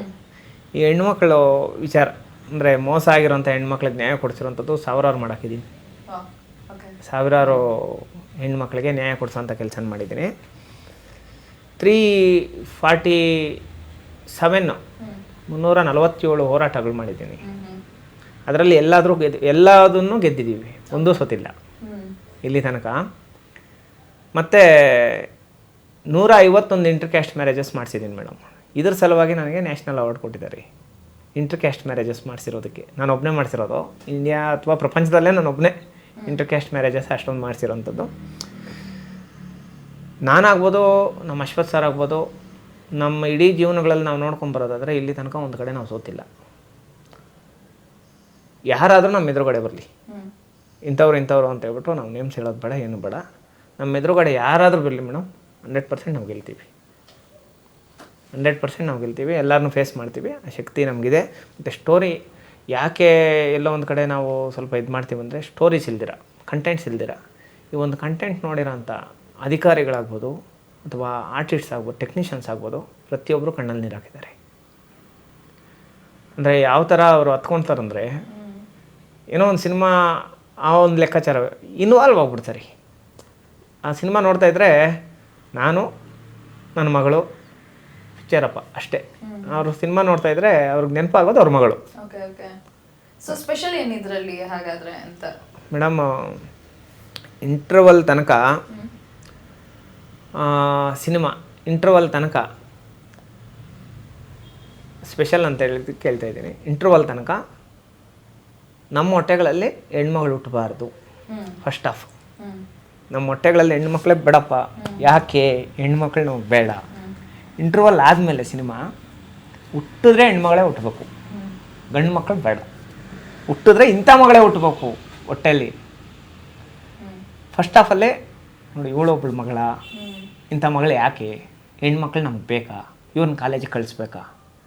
ಸೆಕೆಂಡ್ ಹಾಫಲ್ಲಿ ತುಂಬ ಖುಷಿ ಆಗ್ತಾರೆ, ಪ್ರೌಡ್ ಆಗಿಬಿಡ್ತಾರೆ. ಆ ಥರ ಒಂದು ವೆರಿ ಸ್ಪೆಷಲ್ಸ್ ಮೇಡಮ್, ತುಂಬ ಚೆನ್ನಾಗಿದೆ. ಇದರಲ್ಲಿ ಮುಖ್ಯವಾಗಿ ಏನಂದರೆ ಅಶ್ವಥ್ ಬೆಳಗೆರೆ ಅವರು ಬಿಟ್ಟು ಬೇರೆ ಯಾರಾದರೂ ಪ್ರೊಡ್ಯೂಸ್ ಮಾಡಿದರೆ ಈ ಮಟ್ಟಕ್ಕೆ ಸಿನಿಮಾ ಬರ್ತಾಯಿದ್ದಿಲ್ಲ. ಇಲ್ಲ ಒಂದು ಕಡೆ ನಾನು ಮೊನ್ನೆ ಮಾತಾಡ್ತಾನೂ ಹೇಳಿದೆ, ಸರ್ ಎಲ್ಲ ಜಿಲ್ಲೆಗಳಲ್ಲಿನೂ ಒಂದೊಂದು ಥಿಯೇಟ್ರಲ್ಲ ಕಣ, ಕೋಲಾರ ಮತ್ತು ಬೆಂಗಳೂರು ರೂರಲ್ ಸೇರಿಬಿಟ್ಟು ಒಂದಷ್ಟು ಟಾಕೀಸು ಟೋಟಲ್ ಒಂದು 60 ಟಾಕೀಸ್ ಹಾಕೋಣ. ಅವರು ಕೋಪ ಮಾಡ್ಕೊಂಡ್ರು ಅಂದಮೇಲೆ 100 ಮೇಲೆ ಇರಬೇಕು ಟಾಕೀಸ್. ನಾವು ಸಿನಿಮಾ ರಿಲೀಸ್ ಮಾಡಿದ್ರೆ 100 ಟಾಕೀಸ್ ಮೇಲೆ ಇರಬೇಕು. ಇದು ನಮ್ಮ ಸಿನಿಮಾ, ನಾವು ಯಾಕೆ ಕ್ವಾಲಿಟಿ ಕಡಿಮೆ ಮಾಡಬೇಕು, ಕ್ಲಾರಿಟಿ ಕಡಿಮೆ ಮಾಡಬೇಕು? ಒಳ್ಳೆ ಕ್ವಾಲಿಟಿ ಇರೋಂಥ ಥಿಯೇಟ್ರಲ್ಲೇ ಸಿನಿಮಾ ರಿಲೀಸ್ ಮಾಡೋಣ. ಏನಾಗ್ಬಿಡುತ್ತೆ, ಒಂದು 4 ದಿನ ಲೇಟ್ ಆದರೆ ಏನಾಗ್ಬಿಡುತ್ತೆ? ಆಗಲಿ, ಒಂದು ಒಳ್ಳೆ ಪ್ಲ್ಯಾನ್ ಮಾಡೋಣ, ಒಂದು ಒಳ್ಳೆ ಟೈಮ್ ನೋಡಿಕೊಂಡು ಸಿನಿಮಾ ರಿಲೀಸ್ ಮಾಡೋಣ. ಏನೋ ಹತ್ರದಲ್ಲಿದ್ದೀವಿ ಮೇಡಮ್, ಸಿನಿಮಾ 100% ಬಂದ್ಬಿಡುತ್ತೆ. ಯಾಕಂದರೆ ಜಾಸ್ತಿ ಜನ ಕಾಯ್ತಾ ಇದ್ದಾರೆ. ಜನರನ್ನ ಕಾಯಿಸೋದಕ್ಕೂ ನನಗೆ ಸ್ವಲ್ಪ ಮನಸ್ಸಿಗೆ ನೋವಾಗುತ್ತೆ, ಜನರನ್ನ ಕಾಯಿಸೋದು. ಇವ್ರ ಬಗ್ಗೆ ಇನ್ನೊಂದು ಇಂಪಾರ್ಟೆಂಟ್ ವಿಚಾರ ಹೇಳ್ಬೇಕಂದ್ರೆ, ಒಂದು ಜಾತ್ರೆ ಸೀನ್ ಮಾಡ್ತೀವಿ. ಈ ಸೀನ್ ಮಾಡೋದಕ್ಕೆ ಫಸ್ಟೇ ಪ್ರಿಪ್ರೇಷನ್ಸು, ಅಂದರೆ ಒಂದು 20 ಲಕ್ಷ ಆರ್ಟಿಸ್ಟ್ಗೆ, ಅಂದರೆ ಯಾಕಂದರೆ ಒಂದು 1000 ಜನ ಸೇರಿ ಮಾಡೋ ಅಂಥ ಒಂದು ಸೀನ್ ಅದು. ಆರ್ಟಿಸ್ಟ್ಗಾಗ್ಬೋದು ಮತ್ತು ಬೇರೆ ಬೇರೆ ಕಡೆಯಿಂದ ಹಳೆ ಕಾಲದಲ್ಲಿ 1990ರಲ್ಲಿ ಯಾವ ಥರ ಈ ಜಾತ್ರೆಗಳು ನಡೆಯುತ್ತೆ, ಈ ಥರ ತಮಟೆ ಹೊಡೆಯೋರು ಅಂತ ಆಗ್ಬೋದು, ಮತ್ತು ನಮ್ಮ ಈ ಗುಡ್ಡೆ ಮಾಂಸ ಈ ಥರ ಎಲ್ಲ ಮಾರಾಟ ಮಾಡೋವಂಥದ್ದು, ಅದು ಮತ್ತು ಬೇರೆ ಬೇರೆ ಥರ ಎಲ್ಲ ಈ ಬುಡ್ಡೆಗಳಂತೆ ಬಳೆಗಳು ಹಾಕೋರಂತೆ ಎಲ್ಲರನ್ನೂ ಕರೆಸ್ಬೇಕು. ಆವತ್ತು ಶೂಟೇ ಮಾಡಿಲ್ಲ, ಅದಕ್ಕೆ ಮೊದಲೇ 20 ಲಕ್ಷ ಖರ್ಚಾಗ್ಬಿಟ್ಟೈತಿ. ಶೂಟೇ ನಡೆದಿಲ್ಲ, ಅದಕ್ಕೆ ಮೊದಲೇ 20 ಲಕ್ಷ ಖರ್ಚಾಗ್ಬಿಟ್ಟೈತಿ ಎಲ್ಲ ಪ್ರಿಪ್ರೇಷನ್ಗೆ. ಆಮೇಲೆ ಇನ್ನೇನು ಶೂಟ್ ಮಾಡಿ ಒಂದು ಅರ್ಧ ಶೂಟ್ ಮಾಡ್ತಾಯಿದ್ದೀವಿ, ಇದೇ ಥರ ಸ್ವಲ್ಪ ತೊಂದರೆ ಆಗಿ ಮಳೆ ಬಂದು ಸ್ಟಾಪ್ ಆಯಿತು. ನನಗೆ ಬೇಜಾರಾಯಿತು, ಯಾಕಂದರೆ ನಾನು ದುಡ್ಡು ವೇಸ್ಟ್ ಮಾಡಲ್ಲ. ನನ್ನ ಹತ್ರ ದುಡ್ಡಿದ್ದರೆ ಒಂದಷ್ಟು ಜನಕ್ಕೆ ಕೊಡ್ತೀನಿ, ಅಥವಾ ಬುಕ್ಸು ಬ್ಯಾಗ್ಸು ವಿದ್ಯಾಭ್ಯಾಸ ಈ ಅಪ್ಪನೂ ಅಷ್ಟೇ. ಇವ್ರ ಹತ್ರ ದುಡ್ಡಿದ್ರೆ 1000 ಜನಕ್ಕೆ ಮಾಡ್ತಾನೆ ಇರ್ತಾರೆ, ಯಾವಾಗಲೂ ದುಡ್ಡು ಇರ್ತೈತೆ, ಇವ್ರ ಹತ್ರ ಬಂದವ್ರಿಗೆಲ್ಲ ಸಹಾಯ ಮಾಡ್ತಾನೆ ಇರ್ತಾರೆ, ಅದರಲ್ಲೇನು ಡಿಫ್ರೆನ್ಸ್ ಇಲ್ಲ. ಬಟ್ ನನಗೆ ವೇಸ್ಟ್ ಮಾಡೋದು ಇಷ್ಟ ಆಗಲ್ಲ. ಅವತ್ತು ನನಗೆ ಭಯ ಹಿಂಗಾಗ್ಬಿಡ್ತೆ, ಏನು ಮಾಡೋದು, ಎಷ್ಟು ಲಕ್ಷ ದುಡ್ಡು, ಲಕ್ಷ ಒಂದು ದಿನಕ್ಕೆ ಇಷ್ಟೆಲ್ಲ ಖರ್ಚು ಮಾಡಿ ಏನು ಮಾಡೋದು? ಅವ್ರು ಬಂದರು, ನೋಡಿದ್ರು, ಏನು ಅಭ್ಯಂತರ ಇಲ್ಲ. ನಾಳೆ ಅಥವಾ ನಾಳಿದ್ದು ಯಾವಾಗ ಮಳೆ ಕಡಿಮೆ ಇರುತ್ತೋ ಅವತ್ತು ಮಾಡ್ಕೊಳ್ರಿ, ಇನ್ನೂ ಎಷ್ಟಾದರೂ ಖರ್ಚಾಗಲಿ ಪರವಾಗಿಲ್ಲ ಇಷ್ಟೇ. ನನಗೆ ಸರ್ ಅಲ್ಲ ಸರ್, ಸ್ವಲ್ಪ ಏನಾದರೂ ಅಥವಾ ಗ್ರಾಫಿಕ್ಸು ಅಥವಾ ಏನಾದರೂ ಮಾಡಿ ತೋರಿಸೋಣ ಸರ್. ಇನ್ನು ಹಳೆ ಕಾಲದ ನೀವು ಗ್ರಾಫಿಕ್ಸ್ ಮಾಡಿ ತೋರಿಸ್ತೀರಾ? ಯಾಕೆ ಮಾಡಿ, ಶೂಟಿಂಗ್ ಮಾಡಿ, ಪರವಾಗಿಲ್ಲ. ಒಂದು ದಿನಕ್ಕೆ ಈ ಒಂದು ಊಟ ಅಂದರೆ ಆರ್ಟಿಸ್ಟ್ಗಾಗ್ಬೋದು, ಪ್ರತಿಯೊಬ್ಬರಿಗೂ ಆಗ್ಬೋದು, ಒಂದು 100 ಜನ ಸೆಟ್ಟಲ್ಲಿದ್ದರೆ 150 ಜನಕ್ಕೆ ಊಟ ಮಾಡಿಸ್ತಾಯಿದ್ರು. ಅಂದರೆ ಅವರು ತುಂಬ ಜನರನ್ನು ಸಾಕೋದ್ರಲ್ಲಿ ಮತ್ತು ಏನಾದರೂ ಸ್ವಲ್ಪ ಸಪೋರ್ಟ್ ಮಾಡೋದ್ರಲ್ಲಿ ತುಂಬ ದೊಡ್ಡ ವ್ಯಕ್ತಿ. ತುಂಬ ಖುಷಿಯಾಯಿತು ಇವ್ರು ನಮ್ಮ ಸಿನಿಮಾ ಪ್ರೊಡ್ಯೂಸ್ ಮಾಡಿದ್ದು. ಅಂದರೆ ನಮ್ಮ ಸಿನಿಮಾ ಅಂತ ಹೇಳ್ಬಿಟ್ಟು ಪ್ರೊಡ್ಯೂಸ್ ಮಾಡ್ತಾಯಿದ್ದಾರೆ, ಇವತ್ತಿಗೂ ಅದೇ ಜವಾಬ್ದಾರಿ ತೊಗೊಂಡು ಮಾಡ್ತಾಯಿದ್ದಾರೆ. ಯಾಕಂದರೆ ನೀವು ನೋಡ್ತಾ ಇರ್ಬೋದು, ಒಂದಷ್ಟು ಜನ ಪ್ರೊಡ್ಯೂಸರ್ಸು ಯಾವಾಗ ಯಾವ ಸಿನಿಮಾ ಮಾಡಿದ್ದೀನೋ ನನಗೆ ಗೊತ್ತಿಲ್ಲ ಅಂದ್ಕೊಂಡಿರ್ತಾರೆ, ಇದು ಯಾರು ಸಿನಿಮಾ ಅನ್ನೋದೇ ಗೊತ್ತಿಲ್ಲ ಅಂತ ಹೇಳ್ಬಿಟ್ಟು ಕೆಲವರು ಮಾತಾಡ್ತಾರೆ. ಇನ್ನು ಕೆಲವರು ಬೇರೆ ಬೇರೆ ಥರ ಇರ್ತಾರೆ, ಅದೆಲ್ಲ ನಮ್ಗೆ ಬೇಡ. ಬಟ್ಟು ಜವಾಬ್ದಾರಿ ತಗೊಂಡು ನಮ್ಮದೇ ಸಿನಿಮಾ ಅಂತ ಹೇಳ್ಬಿಟ್ಟು ತುಂಬ ಅದ್ಭುತವಾಗಿ ಎಲ್ಲ ಆರ್ಟಿಸ್ಟ್ನ ನಡೆಸ್ಕೊಂಡು ನೋಡಿ, ಯಾರಿಗೂ ಪೇಮೆಂಟ್ಸ್ ಪೆಂಡಿಂಗ್ ಇಟ್ಟೇ ಇಲ್ಲ. ಅವರು ಪ್ರತಿಯೊಬ್ಬರಿಗೂ ಏನು ಬೇಕೆಲ್ಲ ಮಾಡಿದ್ದಾರೆ. ನನಗೇನೆಂದರೆ, ಯಾವತ್ತೂ ಮಾಧ್ಯಮ ಮಿತ್ರರು ನಮ್ಮ ಜೊತೆ ಸೇರಿದ್ರು ಅವತ್ತು ಇನ್ನೂ ಫಿಕ್ಸ್ ಆಗ್ಬಿಟ್ಟೆ, 100% ಗೆಲ್ತಾ ಇದ್ದೀವಿ, ಅವರು ಬಂದಿದ್ದಾರೆ, 100% ನಾವು ಗೆಲ್ತಾ ಇದ್ದೀವಿ ಅಂತೇಳ್ಬಿಟ್ಟು ತುಂಬ ಖುಷಿ ಆಯಿತು. ಏನು ದುರ್ಗಾ ಅವರೇ, ನೀವು ಈ ಥರದ ಕಥೆಗಳು ನಿಮ್ಮ ರಿಯಲ್ ಲೈಫ್ನಲ್ಲಿ ನೀವು ನೋಡಿರೋದು ಆ ಥರದ್ದು ಇದೆಯಾ, ಹೇಗೆ ಅಂತ? ಈ ಥರದ ಕಥೆಗಳು ಈಗ ನಾವು ತೊಗೊಂಡಿರೋದು ಒಂದು ಸಣ್ಣ ಪಾರ್ಟ್ ಅಷ್ಟೇ. ಬಟ್ ಈ ಥರ ಸುಮಾರು ನಡೀತಾ ಇದ್ದಾವೆ. ಆ ಸುಮಾರು ನಡೀತಾ ಇರೋದ್ರಲ್ಲಿ ಈ ಥರದೊಂದು ಸ್ಟೋರಿನ ನಾವು ಜನಕ್ಕೆ ತಿಳಿಸಿದಾಗ ಅಟ್ಲೀಸ್ಟ್ ಎಚ್ಚೆತ್ಕೊಳ್ತಾರೆ. ಈಗ ಪ್ರತಿಯೊಂದು ಪೇರೆಂಟು ಅಷ್ಟೇ, ಒಂದು ಕಾಲೇಜಿಗೆ ಕಳಿಸ್ಬೇಕು, ಸ್ಕೂಲ್ಗೆ ಕಳಿಸ್ಬೇಕಂದ್ರೂ ಭಯ ಪಡ್ತಾರೆ ಈಗಿನ ಪರಿಸ್ಥಿತಿಯಲ್ಲಿ ಹೆಣ್ಮಕ್ಳನ್ನ. ಸೊ ಈ ಸಿನಿಮಾದ ಮುಖಾಂತರ ಈ ಕಡೆ ಪೇರೆಂಟ್ಸೂ ಎಚ್ಚೆತ್ಕೊಳ್ತಾರೆ, ನಮ್ಮ ಮಕ್ಕಳನ್ನ ಎಜುಕೇಟೆಡ್ ಆಗಿ ಓದಿಸ್ಬೇಕು, ಎಸ್ಪೆಷಲಿ ಹೆಣ್ಮಕ್ಳು ಕಾನೂನು ತಿಳ್ಕೊಬೇಕು, ಅವ್ರನ್ನ ಓದಿಸ್ಬೇಕು. ಓದ್ಕೊಳ್ಳೋದ್ರಿಂದ ಅವ್ರು ಪ್ರಶ್ನೆ ಮಾಡೋವಂಥವ್ರು ಆಗ್ತಾರೆ. ವಿತೌಟ್ ಎಜುಕೇಷನ್ ನಾವು ಮಾತಾಡೋಕ್ಕೇ ಆಗಲ್ಲ. ಯಾವಾಗ ಹೆಣ್ಮಕ್ಳು ಓದ್ಕೊಳ್ತೀವೋ ಆವಾಗ ನಾವು ಪ್ರಶ್ನೆ ಮಾಡಬಲ್ರಿ. ಸೊ ಈ ಸಿನಿಮಾದಲ್ಲಿ ನಾವು ಈ ಕಡೆ ಪೇರೆಂಟ್ಸ್ಗೂ ಒಂದು ಆನ್ಸರ್ ಮಾಡ್ದಂಗೆ ಮಾಡ್ತಿದ್ದೀವಿ. ಅದೇ ರೀತಿ ಹೆಣ್ಮಕ್ಳು ಎಚ್ಚೆತ್ಕೋಬೇಕು, ನಾವು ನಮ್ಮ ಪೇರೆಂಟ್ಸ್ಗೆ ಗೌರವ ಕೊಡಬೇಕು, ಪೇರೆಂಟ್ಸ್ ಮಾತು ಕೇಳಬೇಕು, ನಾವು ಓದ್ಕೋಬೇಕು, ಆವಾಗ ನಾವು ಅವ್ರಿಗೂ ಮರ್ಯಾದೆ ಕೊಡ್ತೀವಿ, ನಾವು ಒಂದು ಸ್ಥಾನಕ್ಕೆ ಬರ್ತೀವಿ ಅನ್ನೋ ಒಂದು ಒಳ್ಳೆ ಮೆಸೇಜ್ ಕೊಡ್ತಾ ಇದ್ದೀವಿ. ಸುಮಾರು ನಡೀತಿದೆ. ಒಂದು ದಿನಕ್ಕೆ ನಾವು ಎಷ್ಟು ಎಕ್ಸಾಂಪಲ್ಸ್ ನೋಡಲ್ಲ ಟಿ ವಿಗಳಲ್ಲಿ, ನ್ಯೂಸ್ಗಳಲ್ಲಿ. ಸೊ ಆ ಥರದ್ರಲ್ಲಿ ಈ ಥರ ಇದು ಸಣ್ಣ ಮೆಸೇಜೇ, ಸಣ್ಣ ನೈಜ ಘಟನೆಯನ್ನು ತಗೊಂಡಿದ್ರು ಕೂಡ ದೊಡ್ಡ ಮೆಸೇಜ್ ಆಗಿದೆ ಇದು. ಪ್ರತಿಯೊಂದು ಹೆಣ್ಣು ಮಕ್ಳಿಗೂ ಎಲ್ರಿಗೂ ತಲುಪಬೇಕಾಗಿರೋ ವಿಷಯ ಇದು. ಪ್ರತಿಯೊಬ್ಬರು ನೋಡಬೇಕಾಗಿರೋಂಥ ಸಿನಿಮಾ ಅಂತ ಈ ಕಾಲಘಟ್ಟಕ್ಕೆ ತುಂಬ ಸ್ಟ್ರಾಂಗ್ ಆಗಿ ಅನಿಸುತ್ತೆ ನನಗೆ. Okay, super. ಸಂದೇಶ ಸರ್, ಈ ತರದ ಹೋರಾಟಗಳು ಹೇಳ್ತಾ ಇದ್ದಾರೆ, ನೀವೊಬ್ಬರೇ ಮಾಡಿರೋದು ಆ್ಯಕ್ಚುಲಿ ಅದು ನಿಜವಾಗ್ಲೂ ಖುಷಿ ಆಗುವಂಥ ವಿಚಾರ. ಯಾಕಂದರೆ ಎಲ್ಲರೂ ಕೂಡ ಈ ಥರದ ವಿಚಾರಕ್ಕೆ ಮುಂದೆ ಆಗೋದಿಲ್ಲ. ಬಟ್ ನೀವು ಅದನ್ನು ಅಷ್ಟು ಇಲ್ಲ, ಹೆಣ್ಮಕ್ಳಿಗೆ ಮೋಸ ಆಗಬಾರ್ದು, ನಾನು ಅವ್ರ ಜೊತೆ ನಿಲ್ತೀನಿ ಅಂತ ಹೇಳಿಬಿಟ್ಟು ಅವ್ರಿಗೆ ಏನೋ ನಿಮ್ಮ ಕೈಯಲ್ಲಿ ಏನಾಗುತ್ತೋ ಅದನ್ನು ಮಾಡುವಂಥ ಪ್ರಯತ್ನ ನೀವು ಮಾಡ್ತಾ ಇದ್ದೀರಾ. ಬಟ್ ಈ ಥರದ ಒಂದು ಹೋರಾಟಗಳಿಗೆ ಏನೇನೆಲ್ಲ ಫೇಸ್ ಮಾಡಬೇಕಾಗುತ್ತೆ? ಪೇರೆಂಟ್ಸ್ ಕಡೆ ಇರ್ಬೋದು, ಅಥವಾ ಮೋಸ ಮಾಡಿ ಕೈ ಕೊಟ್ಟು ಹೋದಂಥ ಹುಡುಗರಿಂದ ಇರ್ಬೋದು, ಅವ್ರ ಕಡೆ ಇರ್ಬೋದು, ಸಮಾಜದ ಕಡೆ ಇರ್ಬೋದು, ಏನೇನೆಲ್ಲ ಫೇಸ್ ಮಾಡ್ತೀರಾ ಅಂತ. ತುಂಬ ಒಳ್ಳೆ ಪ್ರಶ್ನೆ ಮೇಡಮ್. ಮತ್ತು ನೀವು ಸ್ಟಾರ್ಟ್ ಮಾತಾಡ್ತಾ ಇದ್ರಿ ಏನಂತಂದರೆ ಹೋರಾಟ ಸಾಕಾ, ಹೋರಾಟ ಬಿಟ್ಟು ಸಿನಿಮಾಗೆ ಬಂದಿದ್ದಾರೆ. ನಾನು ಸಾಯೋ ತನಕ ಹೋರಾಟ ಮಾಡ್ತೀನಿ. ಯಾಕೆ ಅಂದರೆ ನಾನು ಬರೀ ಸಿನಿಮಾ ಮಾಡ್ಕೊಂಡಿದ್ರೆ ನಮ್ಮ ಜನರಿಗೋಸ್ಕರ ಹೋರಾಟ ಮಾಡೋದಕ್ಕೆ ಒಂದು ಗಟ್ಟಿಯಾಗಿ ಈ ನೆಲದಲ್ಲಿ ನಿಂತ್ಕೊಂಡಿರೋಂಥ ವ್ಯಕ್ತಿ ನಾನು ಮೇಡಮ್. ಇದರ ಬಗ್ಗೆ ನಾನು ಹೇಳಿದ್ರೆ ಅಷ್ಟೊಂದು ಚೆನ್ನಾಗಿರಲ್ಲ. ಒಂದು ನಮ್ಮ ಜನರ ಒಂದು ಭರವಸೆ ನಾನು ಈ ಸಿನಿಮಾ ಒಂದು ರಂಗದಲ್ಲಿ ಒಂದಷ್ಟು ಜನರನ್ನ ಹುಟ್ಟಾಕಬೇಕು. ಯಾಕಂದರೆ ತಲೆ ಸಮುದಾಯಗಳಿಂದ ಬಂದಿರೋಂಥ ಸ್ಟಾರ್ಸೇ ಇಲ್ಲ, ಸ್ಟಾರ್ಗಳೇ ಇಲ್ಲ. ಒಂದಷ್ಟು ಜನನ ಹುಟ್ಟಾಕಿದ್ರೆ ಎಲ್ಲೋ ಒಂದು ಕಡೆ ನಮ್ಮ ಮಕ್ಕಳಿಗೆ ಇವರು ನಾಳೆ ದಿನ ವಿದ್ಯಾಭ್ಯಾಸ ಕೊಡಿಸ್ಬೋದು, ಅಥವಾ ಒಂದಷ್ಟು ಆಶ್ರಮಗಳು ಕಟ್ಟಿಸ್ಬೋದು, ಅಥವಾ ಒಂದಷ್ಟು ಅನುಕೂಲಗಳು ಮಾಡ್ಬೋದು ಜನಕ್ಕೆ, ನಮ್ಮ ಮಕ್ಕಳಿಗೆ. ಹೀಗಾಗಿ ಇವ್ರಿಗೆಲ್ಲ ಒಂದು ಅನುಕೂಲ ಮಾಡಬೇಕು ಅಂತ ನಮ್ಮ ಒಂದಷ್ಟು ಸ್ಟಾರ್ಸ್ ಹುಟ್ಟಾಕಬೇಕು ಅಂತೇಳ್ಬಿಟ್ಟು ಮನಸ್ಸಲ್ಲಿ ಡಿಸೈಡ್ ಆಗಿದ್ದೀನಿ. ಆಮೇಲೆ ನೀವು ಸ್ಟಾರ್ಟ್ ಮಾಡ್ತಾ ಏನಂದ್ರಿ, ಈಗ ಕ್ವಶನ್ ಕೇಳ್ತಾ ಏನಂದ್ರಿ, ಈ ಸಮಸ್ಯೆ ಇಂಥ ಹೋರಾಟ ಮಾಡಿರೋದು ನೀವು ಒಬ್ಬರೇನಾ ಅಂತೇಳ್ಬಿಟ್ಟು ಅಂದ್ರಿ. ಮೇಡಮ್, ಜಾಸ್ತಿ ಜನ ಹೋರಾಟಗಾರರು ಈ ಥರ ಮಾಡಿದ್ದಾರೆ ಮೇಡಮ್. ಆದರೆ ಹೋರಾಟ ಮಾಡಿರೋ ಪ್ರತಿ ವ್ಯಕ್ತಿಗೆ ನಮ್ಮ ಸಮಾಜದಲ್ಲಿ ಸಿಗುವಂಥದ್ದು ಅವಮಾನ, ಅಪಪ್ರಚಾರ, ಅಟ್ಯಾಕ್ಸು, ಕೊಲೆ. ಇಂಥ ಹೋರಾಟ ಮಾಡಿರೋಂಥ ಸಾವಿರಾರು ಜನ ಹೋರಾಟಗಾರನ ಸಾಯಿಸಾಕಿದ್ದಾರೆ. ಯಾಕೋಸ್ಕರ, ಏನಕ್ಕೋಸ್ಕರ ಸಾಯಿಸಿದ್ರು, ಯಾರು ಸಾಯಿಸಿದ್ರು, ಏನು ಸಾಯಿಸಿದ್ರು ಅನ್ನೋದು ಗೊತ್ತಿಲ್ದಿರ ಸತ್ತೋಗ್ಬಿಟ್ಟಿದ್ದಾರೆ ಪಾಪ. ಎಷ್ಟು ಮನ್ಸಿಗೆ ನಮಗೆ ನೋವಾಗುತ್ತಂದರೆ, ಎಲ್ಲ ಹೋರಾಟಗಾರರಿಗೂ ಅಂದರೆ ನಿಯತ್ತಾಗಿ ಹೋರಾಟ ಮಾಡೋವಂಥ ಹೋರಾಟಗಾರರಿಗೆ ಎಲ್ಲರಿಗೂ ಸಿಗೋವಂಥದ್ದು ಸಾವು ಮೇಡಮ್. ತುಂಬ ನೋವಾಗ್ಬಿಡುತ್ತೆ ಮೇಡಮ್. ಅಂದರೆ ಒಂದು ಹೋರಾಟ ಮಾಡ್ತಾರೆ. ಈಗ ಸಂದೇಶ್ ಏನೋ ಒಂದು 151 ಇಂಟರ್ ಕ್ಯಾಸ್ಟ್ ಮ್ಯಾರೇಜಸ್ ಮಾಡಿಸೋನೆ, 300ಕ್ಕೂ ಹೆಚ್ಚು ಹೋರಾಟಗಳು ಮಾಡಿದ್ದಾನೆ, ಮತ್ತು ಸಾವಿರಾರು ಜನ ಹೆಣ್ಮಕ್ಳಿಗೆ ಒಳ್ಳೇದು ಮಾಡಿದ್ದಾನೆ, ಸಾವಿರಾರು ಎಕರೆ ಜಮೀನುಗಳನ್ನ ಜನಕ್ಕೆ ಬಿಡಿಸ್ಕೊಟ್ಟಿದ್ದಾನೆ. ಇವನಿಗೇನಾದರೂ ನಾಳೆ ದಿನ ಹೆಚ್ಚು ಕಡಿಮೆ ಮಾಡಿ ಯಾರಾದರೂ ಸಾಯಿಸಾಕ್ಬಿಟ್ರೆ ಏನಪ್ಪ ಅಂತ ಯಾವ ಸರ್ಕಾರನೂ ನಮ್ಮ ಕಡೆ ಮಕ ಇಟ್ಟು ನೋಡಲ್ಲ ಮೇಡಮ್. ಅದು ಕಷ್ಟ. ನಮ್ಮ ಹೋರಾಟಗಾರರನ್ನ ಪೇಪರಲ್ಲಿ ಓದ್ತಾ ಇರ್ತೀವಿ, ಆಗಾಗ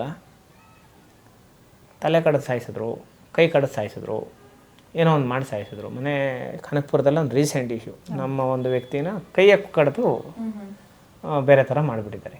ಇಂಥ ವಿಚಾರಗಳೆಲ್ಲ ನೋಡಿದಾಗ ಹಂಗಾದರೆ ನಮ್ಮ ಹೆಣ್ಮಕ್ಳಿಗೆ ಅನ್ಯಾಯ ಆದಾಗ ಸುಮ್ಮನೆ ಇದ್ದೋಗ್ಬೇಕಾ ಮೇಡಮ್? ಫಸ್ಟು ಏನು ಹೇಳ್ತಾರೆ, ಮಾತಾಡಬಾರ್ದು, ನಮ್ಮ ಮನೆಗಳಲ್ಲಿ ನಿಮ್ಮ ಹೆಣ್ಮಕ್ಳು ಓಡಾಡಬಾರ್ದು, ಇದಕ್ಕೋಸ್ಕರ ನಿಮ್ಗೆ ಎಷ್ಟು ದುಡ್ಡು ಬೇಕು, ಅಷ್ಟು ದುಡ್ಡು ನೀನು ಎಷ್ಟು ಲಕ್ಷ ಕೇಳಿದ್ರೆ ಕೇಳು, ಕೊಡ್ತೀನಿ, ತಗೊಂಡು ಹೋಗ್ತಾ ಇರು. ಮೋಸ ಮಾಡಿ ಹೋಗಿರ್ತಾರಲ್ಲ ಅವ್ರ ಕಡೆಯಿಂದ ಅವ್ರ ತಂದೆ ತಾಯಿ ಅಥವಾ ಇರಲ್ಲ. ಕೆಲವೊಂದು ವಿಚಾರಗಳಲ್ಲಿ ಪೊಲೀಸ್ ಸ್ಟೇಷನ್ ಮುಂದೆ ನಮ್ಮ ಹೆಣ್ಮಕ್ಳು ದಿಕ್ಕಿಲ್ದಿರ ಅನಾಥ ಮಕ್ಕಳ ಥರ ನಿಂತ್ಕೊಂಡಿರ್ತಾರೆ. ಪೊಲೀಸ್ನವ್ರು ಕೇಳಿ ಕೇಳಿ ಕೇಳಿ ಕೇಳಿ ಕೇಳಿ ಕೇಳಿ ಅವರು ಎಲ್ಲೋ ಒಂದು ಕಡೆ ಆ ಹುಡುಗನ ಕಡೆಯಿಂದ, ಎಲ್ಲರೂ ಅಂತೇಳ್ಬಿಟ್ಟು ಹೇಳಿದ್ರೆ ತಪ್ಪಾಗುತ್ತೆ, ಕೆಲವರು ಆ ಹುಡುಗನ ಕಡೆಯಿಂದ ಏನೋ ಒಂದು ಸ್ವಲ್ಪ ಅಮೌಂಟು ಅಥವಾ ಇಂಥದ್ದೇನಾಗ ತೊಗೊಂಡು ಯಾವುದೋ ಒಂದು ಆಮಿಷಗಳಿಗೆ ಬಲಿಯಾಗಿ ಆ ಹೆಣ್ಮಗಳನ್ನ ಅಲ್ಲಿ ಕಾಯಿಸ್ತಾ ಇರ್ತಾರೆ ಪೊಲೀಸ್ ಸ್ಟೇಷನ್ ಹತ್ರ. ಎಷ್ಟು ಮನ್ಸಿಗೆ ನೋವಾಗುತ್ತಂದರೆ ಇದೇ ಥರ ಮೇಡಮ್. ನಾನು ಫಸ್ಟು ಈ ಉಳ್ಳೇರಳ್ಳಿ ಗಲಾಟೆ ಅಂತ ಹೇಳ್ಬಿಟ್ಟು ಆಗುತ್ತೆ ಮಾಲೂರಲ್ಲಿ. ಅದಕ್ಕೆ ಮೊದಲು ಒಂದು ವಿಡಿಯೋನಲ್ಲಿ ಹೇಳ್ತೀನಿ, ಒಂದು ಇಂಟರ್ವ್ಯೂನಲ್ಲಿ, ನಮ್ಮ ಹೆಣ್ಮಕ್ಳಿಗೋಸ್ಕರ ಪ್ರಾಣ ಕೊಡ್ತೀನಿ, ಜೈಲಿಗೆ ಹೋಗ್ತೀನಿ, ಏನು ಬೇಕೋ ಮಾಡ್ತೀನಿ ಅಂತ. ಅದು ಹೆಂಗೆ ಹೇಳೋದು ಹಂಗೆ ಜೈಲಿಗೆ ಹೋಗ್ಬಿಟ್ಟೆ. ಯಾವ ಥರ ಅಂದರೆ ಒಂದು ಹೆಣ್ಣುಮಗಳಿಗೆ ಯಾವುದೋ ಒಂದು ವ್ಯಕ್ತಿ ಮೋಸ ಮಾಡಿರ್ತಾನೆ. ಆ ಹೆಣ್ಮಗಳು ಪೊಲೀಸ್ ಸ್ಟೇಷನ್ಗೆ ಅಲ್ಲಿದ್ದಾಳೆ, ಏನೇನೋ ಮಾಡ್ತಾಳೆ, ಒಂದಷ್ಟು ನ್ಯಾಯ ಸಿಗಲ್ಲ. ನನ್ನ ಹತ್ರಕ್ಕೆ ಬರ್ತಾಳೆ. ನಾನು ಫೋನ್ ಅಟೆಂಡ್ ಮಾಡಿಕೊಂಡು ಆಯ್ತು ಬಾಮ್ಮ ಮಾತಾಡೋಣ ಕೂತ್ಕೊಂಡು ಮಾತಾಡಿದ್ವಿ. ಆ ಹುಡುಗನು ಫೋನ್ ಮಾಡಿದೆ. ನಿಮ್ಮ ಕ್ಯಾಸ್ಟ್ ಅವ್ರನ್ನ ಡೈರೆಕ್ಟಾಗಿ ಹೇಳಿದ ವ್ಯಕ್ತಿ, ಅದು ನನ್ನ ಹತ್ರ ವಾಯ್ಸ್ ರೆಕಾರ್ಡ್ ಐತೆ. ಬೇಕಾದರೆ ನಿಮ್ಮ ಕ್ಯಾಸ್ಟ್ ಅವ್ರನ್ನ ನಮ್ಮ ಮನೆ ಬಾಗಿಲಿಗೆ ಸೇರಿಸಲ್ಲ, ನಾನು ಮದುವೆ ಮಾಡ್ಕೊಳ್ಳಲ್ಲ. ನಿಜ, ಅವಳ ಜೊತೆ ಮಲಗಿದ್ದೀನಿ, ಅವಳ ಜೊತೆ ಎಲ್ಲ ಮಾಡಿದ್ದೀನಿ.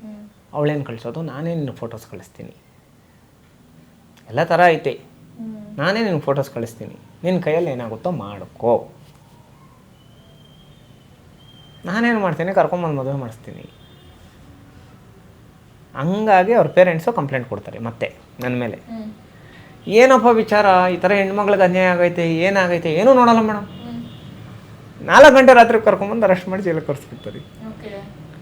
ಅಂದರೆ ಎಷ್ಟು ಮನ್ಸಿಗೆ ನೋವಾಗುತ್ತಂದರೆ, ಅವ್ನು 4 ವರ್ಷ ಹುಡುಗಿನ ಈ ಥರ ಮಾಡಿಕೊಂಡು ಮದುವೆ ಮಾಡಿಸಿ ಕರ್ಕೊಂಬಂದು ಮದುವೆ, ಅವನು ಒಪ್ಕೊಂಡೇ ಮದುವೆ ಮಾಡ್ಕೊಂಡಿದ್ದಾನೆ.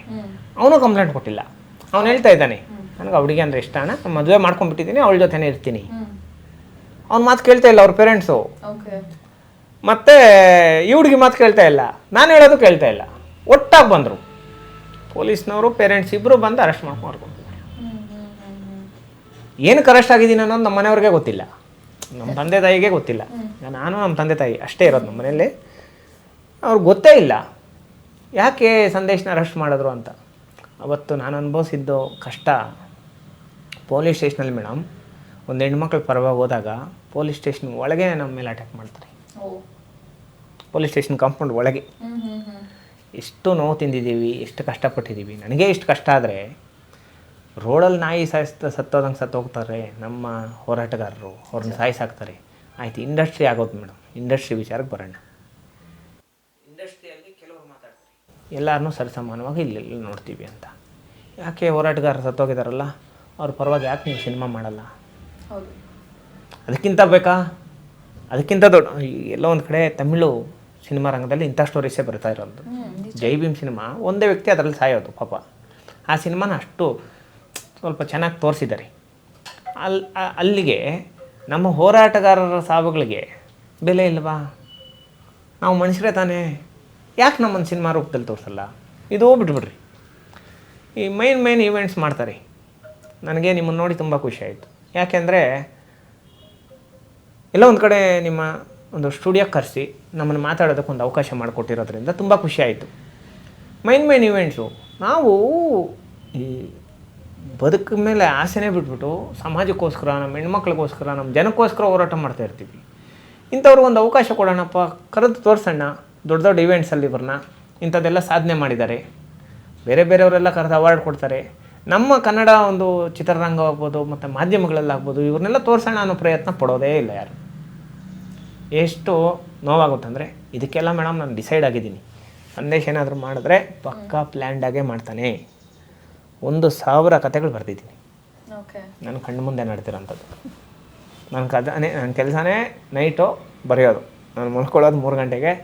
ಹಂಗೆ ನನಗೆ ಎಷ್ಟೊತ್ತು ಬೇಕಂದರೆ 7 ಗಂಟೆಗೆ, 6 ಗಂಟೆ, ನನಗೆ ಎಷ್ಟೊತ್ತಿಗೆ ಬೇಕೋ ಅಷ್ಟೊತ್ತಿಗೆ ಎದ್ದೇಳ್ತೀನಿ. ಎದ್ದೇಳ್ಬಿಟ್ಟು ಇದು ಮಾಡ್ತೀನಿ. 1,000ಕ್ಕಿಂತ ಹೆಚ್ಚು ಕಥೆಗಳು ಬರ್ತಿದ್ದೀನಿ ಮೇಡಮ್. ಹೊಸದಾಗಿ ಫಿಲಮ್ ಮಾಡಬೇಕು, ಖರ್ಚಿಲ್ದಿರೋ ಸಿನಿಮಾ ಮಾಡಬೇಕು. ಒಂಥರ ಮನಸ್ಸು ಸಿನಿಮಾ ಮಾಡುವಾಗ ಕೂದಲು ಎದ್ದು ನಿಂತ್ಕೊಬೇಕು ಮೇಡಮ್. ಒಂದೊಂದು ಸೀನ್ ನೋಡಬೇಕಾದ್ರೆ ನಮಗೆ ಗೊತ್ತಾಗ್ದಿರೋ ವೈಬ್ರೇಷನ್ಸ್ ಆಗಬೇಕು. ಅಂಥ ಒಂದು ದೃಶ್ಯಗಳನ್ನ, ಅಂಥ ಒಂದು ಸೀನ್ಸ್ನ ಸಿನಿಮಾದಲ್ಲಿ ತೋರಿಸ್ಬೇಕು. ತುಂಬ ಅದ್ಭುತವಾಗಿ ಈ ಸಿನಿಮಾ ಮಾಡಿದ್ದೀವಿ. ಈ ಥರ ಒಂದು ಸ್ಟೋರೀಸು 1000ಕ್ಕೆ ಮೇಲೆ ಬರೆದಿದ್ದೀನಿ. ಇಂಟ್ರೆಸ್ಟಿಂಗ್ ಮಾತಾಡಿಸ್ತೇನೆ ನಿಮ್ಮನ್ನ. ದುರ್ಗಾ ಅವರೇ, ಇಷ್ಟೆಲ್ಲ ಇದೆ ಸಿನಿಮಾದಲ್ಲಿ, ಸರ್ ಇಷ್ಟೆಲ್ಲ ಹೇಳ್ತಿದ್ದಾರೆ, ನೀವು ಕೂಡ ಇಷ್ಟೆಲ್ಲ ಹೇಳ್ತಿದ್ರೆ, ನಿಮ್ಮ ಟೀಮ್ ಕೂಡ ಇಷ್ಟೆಲ್ಲ ಹೇಳ್ತಾ ಇದೆ. ದಿ ರೂಲರ್ಸ್ ಆದ ನಂತರ, ಸಿನಿಮಾ ರಿಲೀಸ್ ಆದ ನಂತರ ನಾವು ಏನೇನೆಲ್ಲ ಎಕ್ಸ್ಪೆಕ್ಟ್ ಮಾಡ್ಬೋದು, ಏನೇನೆಲ್ಲ ಚೇಂಜಸ್ನ ಎಕ್ಸ್ಪೆಕ್ಟ್ ಮಾಡ್ಬೋದು ಅಂತ? ರೂಲರ್ ಸಿನಿಮಾ ನೋಡಿದ ನಂತರ ಅಟ್ಲೀಸ್ಟು ಏನು ಪೇರೆಂಟ್ಸ್ ಇದ್ದಾರೆ, ಆ ಪೇರೆಂಟ್ಸು ಹೆಣ್ಣುಮಕ್ಳನ್ನ ಎಜುಕೇಷನ್ ಮಾಡೋಕ್ಕೆ ಹೆಲ್ಪ್ ಮಾಡಿದ್ರೆ ಸಾಕು. ಹೆಣ್ಣುಮಕ್ಳಿಗೆ ಫಸ್ಟ್ ಪುಷಪ್ ಇರಬೇಕು, ಫ್ರೀಡಮ್ ಇರಬೇಕು. ಅವ್ರಿಗೆ ಯಾವ್ಯಾವ ಏಜಲ್ಲಿ ಏನು ಎಜುಕೇಷನ್ ಕೊಡಿಸ್ಬೇಕು, ಅವ್ರಿಗೆ ಯಾವ ಎತ್ತರಕ್ಕೆ ಕಳಿಸ್ಬೇಕು ಅನ್ನೋದು ಪೇರೆಂಟ್ಸ್ ಫಸ್ಟ್ ಥಿಂಕ್ ಮಾಡಿದಾಗ, ಮಕ್ಕಳನ್ನ ಒಂದು ವೇಯಲ್ಲಿ ಕರ್ಕೊಂಡು ಹೋದಾಗ ಡೆಫಿನೆಟ್ಲಿ ಮಕ್ಕಳು ಅದಕ್ಕೆ ಕೋಪ್ರೇಟ್ ಮಾಡೇ ಮಾಡ್ತಾರೆ. ಕೆಲವೊಂದು ಸುಮಾರು ಫ್ಯಾಮಿಲಿಗಳಲ್ಲಿ ಓದ್ಸೋಕ್ಕೇ ತುಂಬ ಕಷ್ಟ ಇರುತ್ತೆ. ಈಗ ಇಷ್ಟು ಬೆಳವಣಿಗೆ ಆಗಿರ್ತಕ್ಕಂಥ ಸಮಾಜದಲ್ಲೂ ಕೂಡ ಈಗಲೂ ಹೆಣ್ಮಕ್ಳನ್ನ ಓದಿಸೋದೇ ಇಲ್ಲ. PUC ಆಯಿತು, 18 ವರ್ಷ ಆಯಿತು ಮದುವೆ ಮಾಡಿಬಿಡ್ತಾರೆ, ಡಿಗ್ರಿ ಆಯಿತು ಅಂದರೆ ಸಾಕು ಓದೋದು ಅಂತಾರೆ.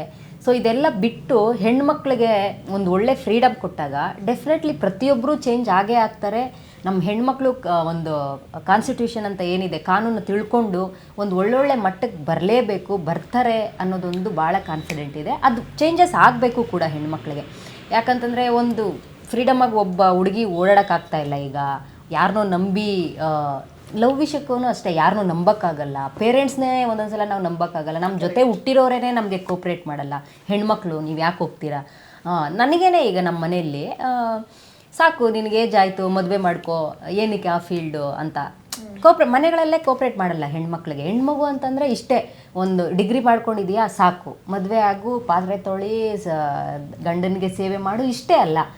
ಸೊ ಈ ಥರ ಸಿನಿಮಾಗಳು ನೋಡೋದ್ರಿಂದ, ನಮ್ಮ ರೂಲರ್ಸ್ ಅಂತ ಸಿನಿಮಾಗಳು ನೋಡೋದ್ರಿಂದ ಹೆಣ್ಮಕ್ಳು ಇನ್ನೊಂದಷ್ಟು ಚೆನ್ನಾಗಿ ಓದಿ ಒಳ್ಳೆ ಲೆವೆಲ್ಗೆ ಬರಬೇಕು, ಒಂದು ಒಳ್ಳೆ ಪೊಸಿಷನ್ಸ್ಗೆ ಬರಬೇಕು, ಆ ಚೇಂಜಸ್ ಕಾಣಬೇಕು ಅಂತ ನನ್ನ ಆಸೆ ಮೇಡಮ್. ಖಂಡಿತ ನೆರವೇರ್ಲಿ, ಇದಾಗುತ್ತೆ ಅಂತ ನಾವೆಲ್ಲರೂ ಕೂಡ ಭಾವಿಸಿದ್ದೀವಿ. ಸಂದೀಪ್ ಸರ್, ನೀವು ಹೇಳ್ತಾ ಇದ್ದೀವಿ 1000ಕ್ಕಿಂತ ಜಾಸ್ತಿ ಕಥೆಗಳನ್ನ ನಾನು ಬರಿತಾ ಇದ್ದೀನಿ ಅಂತ ಹೇಳ್ಬಿಟ್ಟು, ಹಾಗೆ ಇಂಡಸ್ಟ್ರಿ ಬಗ್ಗೆ ಕೂಡ ಮಾತನಾಡ್ತಾ ಇದ್ರಿ. ಮತ್ತೆ ಇನ್ನೊಂದು ಹೇಳ್ತಾ ಇದ್ರಿ, ನಮ್ಮವ್ರು ಯಾಕೆ ಸಿನಿಮಾ ಮಾಡಬಾರ್ದು, ನಾವು ಮಾಡಿ ತೋರಿಸ್ತೀವಿ, ಸ್ಟಾರ್ಗಳು ನಮ್ಮಿಂದ ಹುಟ್ಟಾಕ್ತೀವಿ ಅಂತ ಹೇಳ್ತಾ ಇದ್ರಿ. ಇದ್ರ ಜೊತೆಗೆ ಆ 1000 ಕತೆ ಅಂತ ಹೇಳ್ತಾ ಇದ್ರಲ್ಲ ನೀವು, ಅದ್ರಲ್ಲಿ ಯಾವ್ದಾರ ಕಥೆನ ಈಗಿರುವಂತ ಸ್ಟಾರ್ಗಳಿಗೆ ಅವ್ರಿಗೆ ಒಪ್ಪುವಂತ ಕತೆಗಳು ಯಾವ್ದಾರು ನಿಮ್ಮ ಹತ್ರ ಇದೆಯಾ, ಹೇಗೆ ಅದೇನಾದ್ರು ಪ್ಲಾನ್ ಮಾಡಿದ್ರ ಮುಂದಕ್ಕೆ, ಹೇಗೆ ಮೇಡಮ್? ಈಗ ಯಾವುದೇ ಸಿನಿಮಾ ನಾವು ತಗೊಂಡ್ರು ಅದರಲ್ಲಿ ಹೀರೋ ಮಾಡೋವಂಥದ್ದು ಹೋರಾಟನೇ. ಕರೆಕ್ಟ್ ಅಲ್ವಾ? ಯಾವ ಒಬ್ಬ ಈ ಆ್ಯಕ್ಟರ್ನ ಅಂದರೆ ಎಂಥ ಕಲಾವಿದರನ್ನಾದರೂ ಹಾಕಿ ಸಿನಿಮಾ ಮಾಡ್ಬೋದು. ಆಮೇಲೆ ನಾನು ಬರ್ತಿರೋಂಥ ಸ್ಟೋರೀಸ್ ಯಾವ ಥರ ಅಂದರೆ, ಸಿನಿಮಾನೇ ಮಾಡಿಲ್ಲ, ಹೊಸ ಕಲಾವಿದ, ನಾನು ಬರ್ದಿರೋಂಥ ಸ್ಟೋರಿಯಲ್ಲಿ ಅವನು ಆ್ಯಕ್ಟ್ ಮಾಡಿದ್ದಾನಂದರೆ ಅವನು ಸ್ಟಾರ್ ಆಗ್ತಾನೆ ಅನ್ನೋ ಒಂದು ನಂಬಿಕೆ 100% ಆಗ್ತಾನೆ. ಅಂದರೆ ನಂದು ಯಾರನ್ನೋ ಸ್ಟಾರ್ಸ್ನ ಕರ್ಕೊಂಬಂದು ಕೂರಿಸಿ ಒಂದು ಸಿನಿಮಾ ಮಾಡೋವಂಥದ್ದಲ್ಲ. ಎಲ್ಲೋ ಇರೋಂಥದ್ದು ಪಾಪ ಒಂದು 10 ವರ್ಷದಿಂದ ಇಂಡಸ್ಟ್ರಿಗೋಸ್ಕರ ನಾನು ಹೀರೋ ಆಗಬೇಕು ಅಂತ ಹೇಳ್ಬಿಟ್ಟು ಆಸೆ ಪಡ್ತಾರಲ್ಲ, ಇಂಥವ್ರನ್ನ ಕರ್ಕೊಂಬಂದು ರಿಯಲ್ ಸ್ಟಾರ್ ಮಾಡಿದ್ರೆ ಅದರಲ್ಲಿರೋವಂಥ ಒಂದು ರೇಂಜ್ ಬೇರೆ. ನಾನು ಆ ಥರ ಯೋಚನೆ ಮಾಡ್ತೀನಿ ಮೇಡಮ್. ಈ ಸಿನಿಮಾದಲ್ಲಿನೂ ಅಷ್ಟೇ, ನಾನು ಸಿನಿಮಾ ಮಾಡಬೇಕಂದ್ರೆ ಬೇರೆ ಬೇರೆ ಸ್ಟೋರೀಸ್ ಇತ್ತು. ನಮ್ಮ ಕಣ್ಣು ಮುಂದೆನೇ ಕೊಲೆಗಳು ನಡೆದಿರೋವಂಥದ್ದಿತ್ತು, ನಮ್ಮ ಕಣ್ಣು ಮುಂದೆನೇ ಬೇರೆ ಬೇರೆ ಥರ ಆಗಿರೋವಂಥದ್ದಿತ್ತು, ನಮ್ಮ ಕಣ್ಣು ಮುಂದೆನೇ ಏನೇನು ನಾವು ಎಕ್ಸ್ಪೆಕ್ಟ್ ಮಾಡಲ್ವೋ ಅದೆಲ್ಲ ನಾವು ಕಣ್ಣು ಮುಂದೆ ನೋಡಿರೋವಂಥದ್ದು ಜಾಸ್ತಿ ಸ್ಟೋರೀಸ್ ಇತ್ತು. ಈ ಸ್ಟೋರಿನೇ ಏನು ತಗೊಂಡು ಬಂದರೆ, ಹೆಣ್ಣು ಮಕ್ಕಳು ಪರಿವರ್ತನೆ ಆಗಬೇಕು, ಆಮೇಲೆ ಸಿನಿಮಾ ರಂಗ ಸಮಾಜನ ಬದಲಾವಣೆ ಮಾಡೋದ್ರಲ್ಲಿ ಮುಖ್ಯ ಪಾತ್ರ ವಹಿಸುತ್ತೆ. ಹಾಗಾಗಿ ಸಿನಿಮಾ ರಂಗದಲ್ಲಿ ಸಿನಿಮಾ ಮಾಡಿರೋವಂಥದ್ದು. ಸಿನಿಮಾ ಮಾಡ್ತಾ ಅನ್ನಿಸ್ತು, ಅಂದರೆ ಯಾವ ಥರ ಸ್ಟಾರ್ಸಿಗೆ ಕ್ರೇಜ್ ಇದೆ, ಆ ಸ್ಟಾರ್ಸು ಬಡವ್ರಿಗೆ ಸಪೋರ್ಟ್ ಮಾಡಿದ್ರೆ ಯಾವ ಥರ ಇದೆ, ಯಾವ ಥರ ಆಗುತ್ತೆ ಅಂತ ಹೇಳ್ಬಿಟ್ಟು ಸಿನಿಮಾ ಮಾಡ್ತಾ ನನ್ನ ಮನಸ್ಸಿಗೆ ಅನಿಸ್ತು. 100% ಮೇಡಮ್, ತಳು ಸಮುದಾಯಗಳಲ್ಲಿ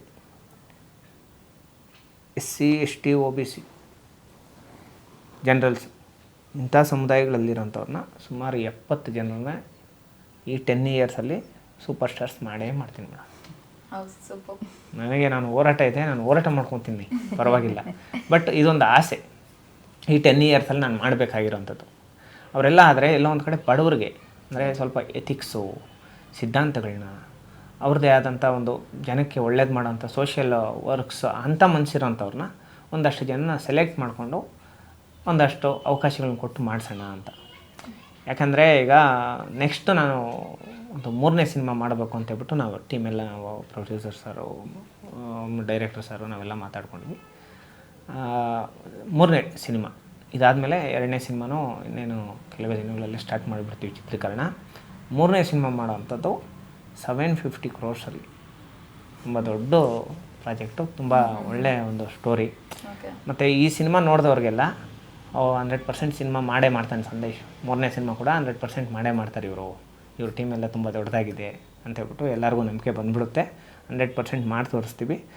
ಮುಖ್ಯವಾಗಿ ಮೇಡಮ್, ಒಂದು ತಂದೆ ಸಿನಿಮಾ ನೋಡಿದಾರಂದರೆ ಆ ಸಿನಿಮಾ ಅಂದರೆ ದ ರೂಲರ್ ಸಿನಿಮಾ ಒಂದು ತಂದೆ ನೋಡಿದಾರಂದರೆ ಬಿಡ್ದಿರ ಒಂದು 3 days ಆದರೂ ಆ ಸಿನಿಮಾ ಕಾಡುತ್ತೆ ಅವ್ರನ್ನ.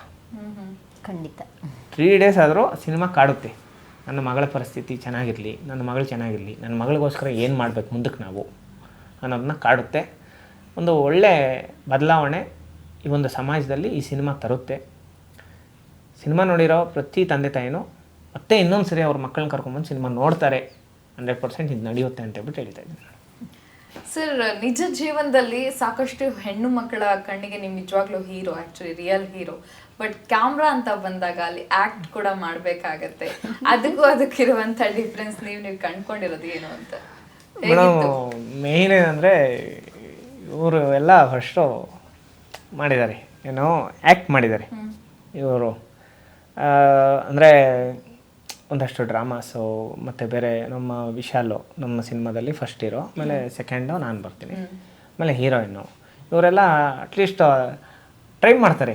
ವಿಶಾಲ್ ಅಂತೂ ಸುಮಾರು ಸಿನಿಮಾಗಳಲ್ಲಿ ಮಾಡಿದ್ದಾರೆ, ಮತ್ತು ಪುನೀತ್ ಅವರು ಸುಮಾರು ಮಾಡಿದ್ದಾರೆ. ಮತ್ತು ಇವರೆಲ್ಲ ಅಟ್ಲೀಸ್ಟ್ ಟ್ರೈ ಆದರೂ ಮಾಡ್ತಾರೆ. ಏನೋ ಈ ರೀಲ್ಸ್ ಅಂತೆ, ಈ ಇನ್ಸ್ಟಾಗ್ರಾಮ್, ನಮ್ಗೆ ಅವೆಲ್ಲ ಸ್ವಲ್ಪ ದೂರ. ಬಟ್ ನಾನೇನಂದರೆ ಸಣ್ಣ ಮಗುವಿಂದ ಡ್ರಾಮಾ ಆರ್ಟಿಸ್ಟ್.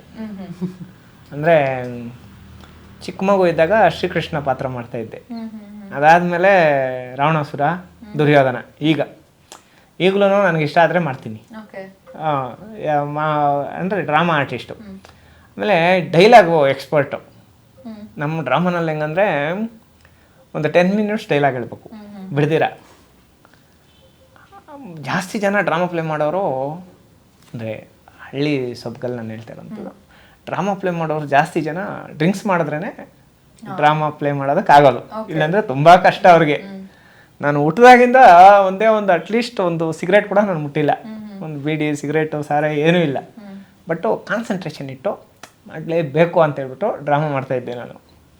ಅದು ಹಂಗಾಗಿ ನಮ್ಮ ಡೈರೆಕ್ಟರ್ ಸರ್ ಬೈತಾಯಿದ್ರು, ಸರ್ ಏನು ಸರ್ ಒಂದು ಕಡೆ ನಿಂತ್ಕೊಳ್ಳೋದು ಸ್ವಲ್ಪ ಬಾಡಿ ಲ್ಯಾಂಗ್ವೇಜ್ ಇರ್ಬೇಕು ಸರ್. 1 ದಿನ 2 ದಿನ 3 ದಿನ ಶೂಟಿಂಗ್ ಮಾಡ್ಕೊಂಡು ಆಮೇಲೆ ಹೇಳಿದ್ರು, ಒಂದು 4-5 ದಿನ ಆಮೇಲೆ ಡೈರೆಕ್ಟರ್ ಸರ್ ಹೇಳಿದ್ರು, ಏನು ಸರ್ ಫುಲ್ ಎಕ್ಸ್ಪರ್ಟ್ ಥರ ಮಾಡ್ತಾಯಿದ್ದೀರಲ್ಲ ಸರ್ ಈಗ ಅಂತ ಹೇಳ್ಬಿಟ್ಟು. ಫೈಟ್ ಸೀನ್ ಬಂತು. ಫೈಟ್ ಸೀನ್ ಬಂದಾಗ ಇವ್ರು ನೋಡ್ಯೋದು ನಮ್ಮ ನೋಡ್ಯೋದು ಇದೆಲ್ಲ ಆಗುತ್ತಲ್ಲ, ಅಲ್ಲಿ ಸರ್ ಮುಜುಗರ ನನಗೆ ಫೀಲ್ ಆಗುತ್ತೆ. ಯಾರಾದರೂ ಬಂದು ನಿಮ್ಮ ಮೇಲೆ ಕೈ ಹಾಕುವಂಥದ್ದು ಅಥವಾ ನಿಮ್ಮ ನೋಡಿಯೋದಾದರೆ, ಯಾಕಂದರೆ ನಮ್ಮ ಡೈರೆಕ್ಟರ್ ಸರ್ ಕೂಡ ಸೋಷಿಯಲ್ ಮೀಡಿಯಾಗಳಲ್ಲಿ ಜಾಸ್ತಿ ರೆಸ್ಪೆಕ್ಟ್ ಕೊಡ್ತಾರೆ ನನಗೆ. ಎಲ್ಲರೂ ರೆಸ್ಪೆಕ್ಟ್ ಕೊಡ್ತಾರೆ, ತುಂಬ ಖುಷಿಯಾಗುತ್ತೆ.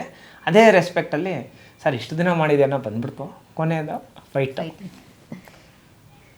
ಯಾವ ಥರ ಏನು ಮಾಡ್ಬೇಕು ಸರ್, ಏನಿದೆ ತಲೆಯಲ್ಲಿ ಸರ್, ಇವರು ಇಷ್ಟು ಜನ ಬರ್ತಾರಲ್ಲ ಹೊಡೆದು ಎತ್ತು ಬಿಸಾಕ್ತಾರೆ ನಿಮ್ಮನ್ನು,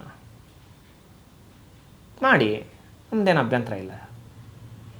ಆಮೇಲೆ ಇವರು ಆ್ಯಕ್ಟರ್ಸ್, ಅವರು ಫೈಟರ್ಸ್ ಬಂದಿದ್ರಲ್ಲ ಅವರೆಲ್ಲ ಸ್ವಲ್ಪ ಮುಜುಗರ. ಅವರು ಹೆಂಗೆ ಹೊಡೆಯೋದು ಇವ್ರನ್ನ, ಅದಕ್ಕೆ ಕ್ಯಾಮ್ರಾಗೆ ಸ್ವಲ್ಪ ಸರಿಯಾಗಿ ಬರ್ತಾಯಿಲ್ಲ. ನಾನು ಅಂದೆ, ನಮ್ಮ ಜನಕ್ಕೋಸ್ಕರ ಮಾಡ್ತಾ ಇರೋಂಥದ್ದು, ಯಾಕೆ ಬೇರೆ ಥರ ಇರಬೇಕು, ರಿಯಲಾಗಿ ಹೊಡೀರಿ, ಆಗಲಿ ಏನಾಗುತ್ತೋ ಅಂತ ಹೇಳ್ಬಿಟ್ಟು. ಆಮೇಲೆ ಫೈಟ್ ಎಷ್ಟು ಮಾಡಿದ್ವೋ ಅಷ್ಟು ರಿಯಲಾಗಿ ಮಾಡಿಬಿಟ್ವಿ. ನಾನು ಹೊಡೆಯುವಾಗ ವಿಶಾಲ್ ನೋಡಿಬಿಟ್ಟೆ, ವಿಶಾಲ್ ಹೊಡೆಯುವಾಗ ನನ್ನ ನೋಡಿದ್ಬಿಟ್ರು. ಪುನೀತ್ ಹೊಡೆಯೋವಾಗ ಕರೆಕ್ಟಾಗಿ ಬರುತ್ತೆ, ಯಾಕಂದರೆ ಗಡ್ಡ ಐತೆ ಅವ್ರಿಗೆ ಹೊಡೆದ್ರೆ ಇದು ಬರುತ್ತೆ. ಅವರೊಬ್ಬರೇ ಮಿಸ್ಸು, ಇನ್ನೆಲ್ಲರಿಗೂ ರಿಯಲಾಗಿ ಹೊಡೆದಾಕಿದ್ದೀನಿ. ಮತ್ತೆ ಅವರು ಎಲ್ಲರೂ ನಾನು ರಿಯಲಾಗಿ ಹೊಡೆದಾಕೋರಿ, ಹೊಡೆದು ರಿಯಲಾಗೆ ಎತ್ತಿಸಾಕ್ತಾರೆ. ಎಲ್ಲ ರಿಯಲಿಸ್ಟಿಕ್ ಆಗಿ ತುಂಬ ಅದ್ಭುತವಾಗಿ ಬಂದಿದೆ. ಒಂದು ಒಳ್ಳೆ ಆ್ಯಕ್ಟರ್ ಆಗಿ ಮಾಡಿ ನನ್ನನ್ನು, ಅಂದರೆ ಒಳ್ಳೆ ಆ್ಯಕ್ಟರ್ ಅಂತ ಹೇಳ್ಬಿಟ್ಟು ನಾನೀಗ ಹೇಳೋದಕ್ಕಾಗಲ್ಲ. ಫಿಲಮ್ ರಿಲೀಸ್ ಆದಮೇಲೆ ಜನ ಹೇಳಲಿ ಯಾವ ಥರ ಮಾಡಿದ್ದಾನೆ, ಸಂದೇಶ ಏನಂತ ಹೇಳ್ಬಿಟ್ಟು ಜನ ಹೇಳಲಿ. ಬಟ್ ನನಗೆ ಆ್ಯಕ್ಟಿಂಗ್ ಹೇಳ್ಕೊಟ್ಟಿರೋದು ಹೌದೇ ಸರ್. ಆ ಥರ ತುಂಬ ಚೆನ್ನಾಗಿತ್ತು. ಮತ್ತು ಸಿನಿಮಾ ವಿಚಾರಗಳು ಬಂದಾಗ ಬೇರೆ ಬೇರೆ ಕಡೆಯಿಂದ ಒಂದಷ್ಟು ಜಾಸ್ತಿ ಪ್ರಾಬ್ಲಮ್ಸ್ ಫೇಸ್ ಮಾಡಿದ್ವಿ, ಸುಮಾರು ಪ್ರಾಬ್ಲಮ್ಸ್ ಫೇಸ್ ಮಾಡಿದ್ವಿ. ಬಟ್ ನಾವೇ ಸ್ಟ್ರಾಂಗರ್ಸ್ ಅಲ್ಲ, ಹಾಗಾಗಿ ಬೇರೆಯವ್ರ ಕಡೆಯಿಂದ ಏನೂ ಆಗಿಲ್ಲ. ಕೊನೆಗೆ ಈ ಮಟ್ಟಕ್ಕೆ ಬಂದು ನಿಂತ್ಕೊಂಡಿದ್ದೀವಿ. ಸಿನಿಮಾ ರಿಲೀಸ್ ಆಗೋದು ಒಂದು ಪೆಂಡಿಂಗ್ ಇದೆ, ನಮ್ಮ ಜನ ಗೆಲ್ಸೋದು ಒಂದು ಪೆಂಡಿಂಗ್ ಐತೆ. ಇವೆರಡು ಪೆಂಡಿಂಗ್ ಐತೆ. 100% ಇವು ನಡೆಯುತ್ತೆ. ಎಸ್, ಅವ್ರು ಹೇಳ್ಬಿಟ್ರು, ಅವರೇ ಹೇಳ್ಬಿಟ್ರು ಸಿನಿಮಾ ರೆಡಿ ಇದೆ, ಜನ ಗೆಲ್ಸ್ಬೇಕು ಅಂತ ಹೇಳ್ಬಿಟ್ಟು. ಎಸ್, ನೀವು ಹೇಳೋದಾದ್ರೆ ಜನಕ್ಕೆ, ನಮ್ಮ ಕನ್ನಡ ಪಿಕ್ಚರ್ನ ವೀಕ್ಷಕರಿಗೆ ದಿ ರೂಲರ್ಸ್ ಸಿನಿಮಾವನ್ನ ಯಾಕೆ ನೋಡಬೇಕು ಆ್ಯಂಡ್ ಎಷ್ಟು ಎಕ್ಸೈಟ್ ಆಗಿರೋ ರಿಲೀಸ್ಗೆ ಈಗಾಗಲೇ ಜನ ಕಾಯ್ತಾ ಇದ್ದಾರೆ. ಯಾಕಂತಂದರೆ ತುಂಬ ದಿನ ಆಯಿತು ಟ್ರೈಲರು ಟೀಸರ್ ಎಲ್ಲ ಬಿಟ್ಟು, ಏನು ರೂಲರ್ಸ್ದೇನು ಅಪ್ಡೇಟ್ಸ್ ಬರ್ತಾನೆ ಇಲ್ವಲ್ಲ ಅಂತ ಎಲ್ಲ ಕಾಯ್ತಾ ಇದ್ದಾರೆ. ಹೇಳ್ರಿ, ನೀವು ಭಾಷೆ ಮಾತಾಡ್ತಿರಲ್ಲ, ಕೋಲಾರ ಭಾಷೆ ಮಾತಾಡ್ರಿ. ಸ್ಲ್ಯಾಂಗ್ ಹ್ಞೂ ನಮ್ಮ ಕೋಲಾರ ಫಿಲಮ್ ಎಲ್ಲ. ಅದೇ ಸೊ ಹೇಳ್ರಿ ಆ ಥರ ಹೇಳ್ರಿ. ನೋಡೋಣ. ಆ ಥರ ಹೇಳ್ರಿ ಅಂದ್ರೆ ಇವರು ಇಲ್ಲ ಅರು ಭಾಷೆಲಿ ಹೇಳ್ರಿ. ಅರು ಭಾಷೆ ನನಗೆ ಕಷ್ಟ, ಯಾಕಂತಂದ್ರೆ ನಾನು ಅದು ಡೈಲಾಗ್ಸ್ ಕಲ್ತು ಹೇಳಿರೋದು. ಅದು ಹೇಳಿ ಹೋಗ್ಲಿ. ತಿಂಡ್ರ ಕಳಿಲೆ ಗೊಮ್ಮ ಬಿಲ್ಲೋಡ ನವಕ ಅದು ಹೇಳಿ. ಯಾವ್ದಾದ್ರು ಒಂದು ಹೇಳಿ ಅದು ಕಷ್ಟ ಆಗುತ್ತೆ ಅದು ಹೇಳಕ್ಕೆ, ಯಾಕಂತಂದ್ರೆ ಈಗಾಗ್ಲೇ ತುಂಬಾ ಫೇಮಸ್ ಆಗೋಗಿದೆ ಆ ಡೈಲಾಗ್. ಇವಾಗ ಮತ್ತೆ ಹೇಳ್ಬೇಕಂತ ಜನರ ಬಾಯಲ್ಲಿ ಈಗಾಗ್ಲೇ ಕೂತ್ಬಿಟ್ಟಿದೆ. ಸೊ ನಿಮಗ್ ತಿರ್ಗಲ್ಲ ಅಂತ ಹೇಳಿ ಇದೆಲ್ಲ ಕವರ್ ಮಾಡ್ಕೊಂತ ಇದಾರೆ ಇವ್ರು. ಇವ್ರಿಗೆ ತಿರ್ಗಲ್ಲ ಅದು. ಹೇಳಿ ಒಂದ್ಸರಿ ಟ್ರೈ ಮಾಡಿ. ಇಲ್ಲ ಮಾಡ್ರಿ, ಟ್ರೈ ಮಾಡಿ, ಜಸ್ಟ್ ಟ್ರೈ ಮಾಡಿ. ತಿಂಡ್ರತ್ ಕಲಿಲ್ಲ ಹಿಂಗಮ್ಮ ಬುಲೆಟ್ ನೋಡಿ ನಂಗಂದ್ರೆ ಅರ್ಥ ಏನು ಅದೇನೋ ಬೇರೆ ಬಿಡಿ. ಅದು ತಿನ್ನಕ್ಕೆ ಊಟಕ್ಕಿಲ್ಲ ಅಂದ್ರೂ ಜುಟ್ಟಿಗೆ ಮಲ್ಲಿಗೆ ಹೂ ಅಂತಾರಲ್ಲ, ಸೊ ಅದೇ ತರ ಆ ತರ ನಮ್ ಕಡೆ ನಿಮ್ ಕಡೆ ಸ್ವಲ್ಪ ಕೆಟ್ಟದಾಗಿರುತ್ತೆ, ಏನ್ ಮಾಡಕ್ಕಾಗಲ್ಲ. ಸೊ ಎಲ್ಲ ಜನ ಕಾಯ್ತಾ ಇದ್ದಾರೆ, ನಾವು ಕಾಯ್ತಾ ಇದ್ದೀವಿ. ಆದಷ್ಟು ಬೇಗ ಸಿನಿಮಾ ರಿಲೀಸ್ ಆಗೋ ಡೇಟ್ನ ಸರ್ ಅನೌನ್ಸ್ ಮಾಡ್ತಾರೆ ಪ್ರೊಡ್ಯೂಸರ್ ಸರ್. ಎಲ್ಲರೂ ಕಾಯ್ತಾ ಇದ್ದೀವಿ ಆತುರದಿಂದ. ಜನನು ನೋಡಿ ಏನು ರೆಸ್ಪಾನ್ಸ್ ಮಾಡ್ತಾರೆ ಅದ್ರ ಮೇಲೆ ನಮ್ಮ ಭವಿಷ್ಯತ್ತುಗಳು ನಿಂತಿದೆ. ಯಾಕಂದರೆ ಆಸ್ ಎ ಆ್ಯಕ್ಟರ್ ಆಗಿ ನೆಕ್ಸ್ಟ್ ನಮ್ಗೆ ಏನು ದಾರಿ ಹುಡುಕೊಡುತ್ತೋ ಅದೇ ಅಲ್ವಾ ಮೇಯ್ನು. ಸೊ ಹಂಗಾಗಿ ಆಡಿಯನ್ಸ್ ಏನು ನಮ್ಗೆ ರೆಸ್ಪಾಂಡ್ ಮಾಡ್ತಾರೆ ಅದ್ರ ಮೇಲೆ ನಮ್ಮ ಭವಿಷ್ಯತ್ತುಗಳೆಲ್ಲನೂ ಓಪನ್ ಅಪ್ ಆಗುತ್ತೆ ಅಂತ ಒಂದು ಒಳ್ಳೆ ಓಪ್ ಇದೆ ನನಗೆ ರೂಲರ್ಸ್ ಮೂವಿ ಮೇಲೆ. ಆಮೇಲೆ ನಮ್ಮ ಟೀಮು, ನಮ್ಮ ಪ್ರೊಡ್ಯೂಸರ್ಸರು ಎಲ್ಲರೂ ತುಂಬ ಚೆನ್ನಾಗಿ ಕೋಪ್ರೇಟಿವ್ ಆಗಿ ಎಲ್ಲರೂ ತುಂಬ ಚೆನ್ನಾಗಿ ಕೆಲಸ ಮಾಡಿದ್ದಾರೆ. ಯಾಕಂತಂದರೆ ಎಲ್ಲ ಹೊಸಬ್ರೇ ಇದರಲ್ಲಿ, ಯಾರು ಹಳೆ ತಲೆಗಳಂತ ಯಾರೂ ಇಲ್ಲ. ಈ ಮೂವಿಯಿಂದನೇ ರೆಕಗ್ನೈಸೇಷನ್ಸ್ ಎಲ್ಲರಿಗೂ ಸಿಗಲಿ, ಎಲ್ಲರಿಗೂ ಒಳ್ಳೇದಾಗಲಿ, ಜನಕ್ಕೆ ಒಂದಷ್ಟು ಮೆಸೇಜ್ ಸಿಗಲಿ, ಒಂದಷ್ಟು ಹೆಣ್ಮಕ್ಳೆಲ್ಲ ಪರಿವರ್ತನೆ ಆಗಿ ಅವ್ರವ್ರ ಫ್ಯಾಮಿಲಿಗಳನ್ನ ಅವ್ರವ್ರು ಕಟ್ಕೊಳ್ಳಿ ಅಂತ ತುಂಬ ಆಸೆ. ಒಂದು ದೊಡ್ಡ ಮೆಸೇಜ್ ಆಗಲಿ ಇದು ಅಂತ ಕೇಳ್ಕೊಳ್ತೀನಿ. Thank you so much sir. ನೀವು ಹೇಳ್ತಾ ಇದ್ರಿ ಇಷ್ಟೊತ್ತೆಲ್ಲ ಹೇಳಿದ್ರ, ಬಟ್ ಆದ್ರೂ ಕೂಡ ದಿ ರೂಲರ್ಸ್ ಸಿನಿಮಾವನ್ನ ಯಾಕೆ ಥಿಯೇಟರ್ಗೆ ಬಂದು ನೋಡಬೇಕು?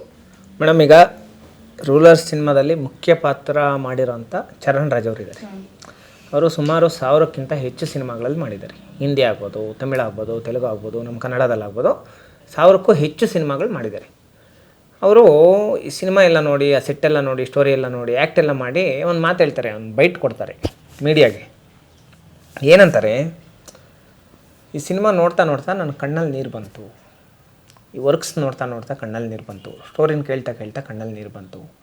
ಆ ಹೆಣ್ಣು ಮಗಳ ಪರಿಸ್ಥಿತಿಯಲ್ಲಿ ನನ್ನ ಮಗಳಿದ್ದರೆ ಏನಾಗುತ್ತೆ ಅಂತ ಹೇಳ್ಬಿಟ್ಟು ನಾನು ಯೋಚನೆ ಮಾಡಿದೆ. ನಾನು ಸಿನಿಮಾನ ದುಡ್ಡುಗೋಸ್ಕರ ಮಾಡಿಲ್ಲ, ನನ್ನ ಕಡೆಯಿಂದ ಒಂದು ಒಳ್ಳೆ ಸಿನಿಮಾಗೆ ಒಂದು ಕೈ ಜೋಡಿಸೋಣ ಅಂತ ಹೇಳ್ಬಿಟ್ಟು ಮಾಡಿದ್ದೀನಿ. ಈ ಸಿನಿಮಾನ ಪ್ರತಿಯೊಂದು ಹೆಣ್ಮಗಳು ನೋಡಲೇಬೇಕು, ಆಮೇಲೆ ಈ ಸಿನಿಮಾಗೆ ನ್ಯಾಷನಲ್ ಅವಾರ್ಡ್ ಬರುತ್ತೆ ಅಂತ ಹೇಳ್ಬಿಟ್ಟು ಹೇಳೋದು.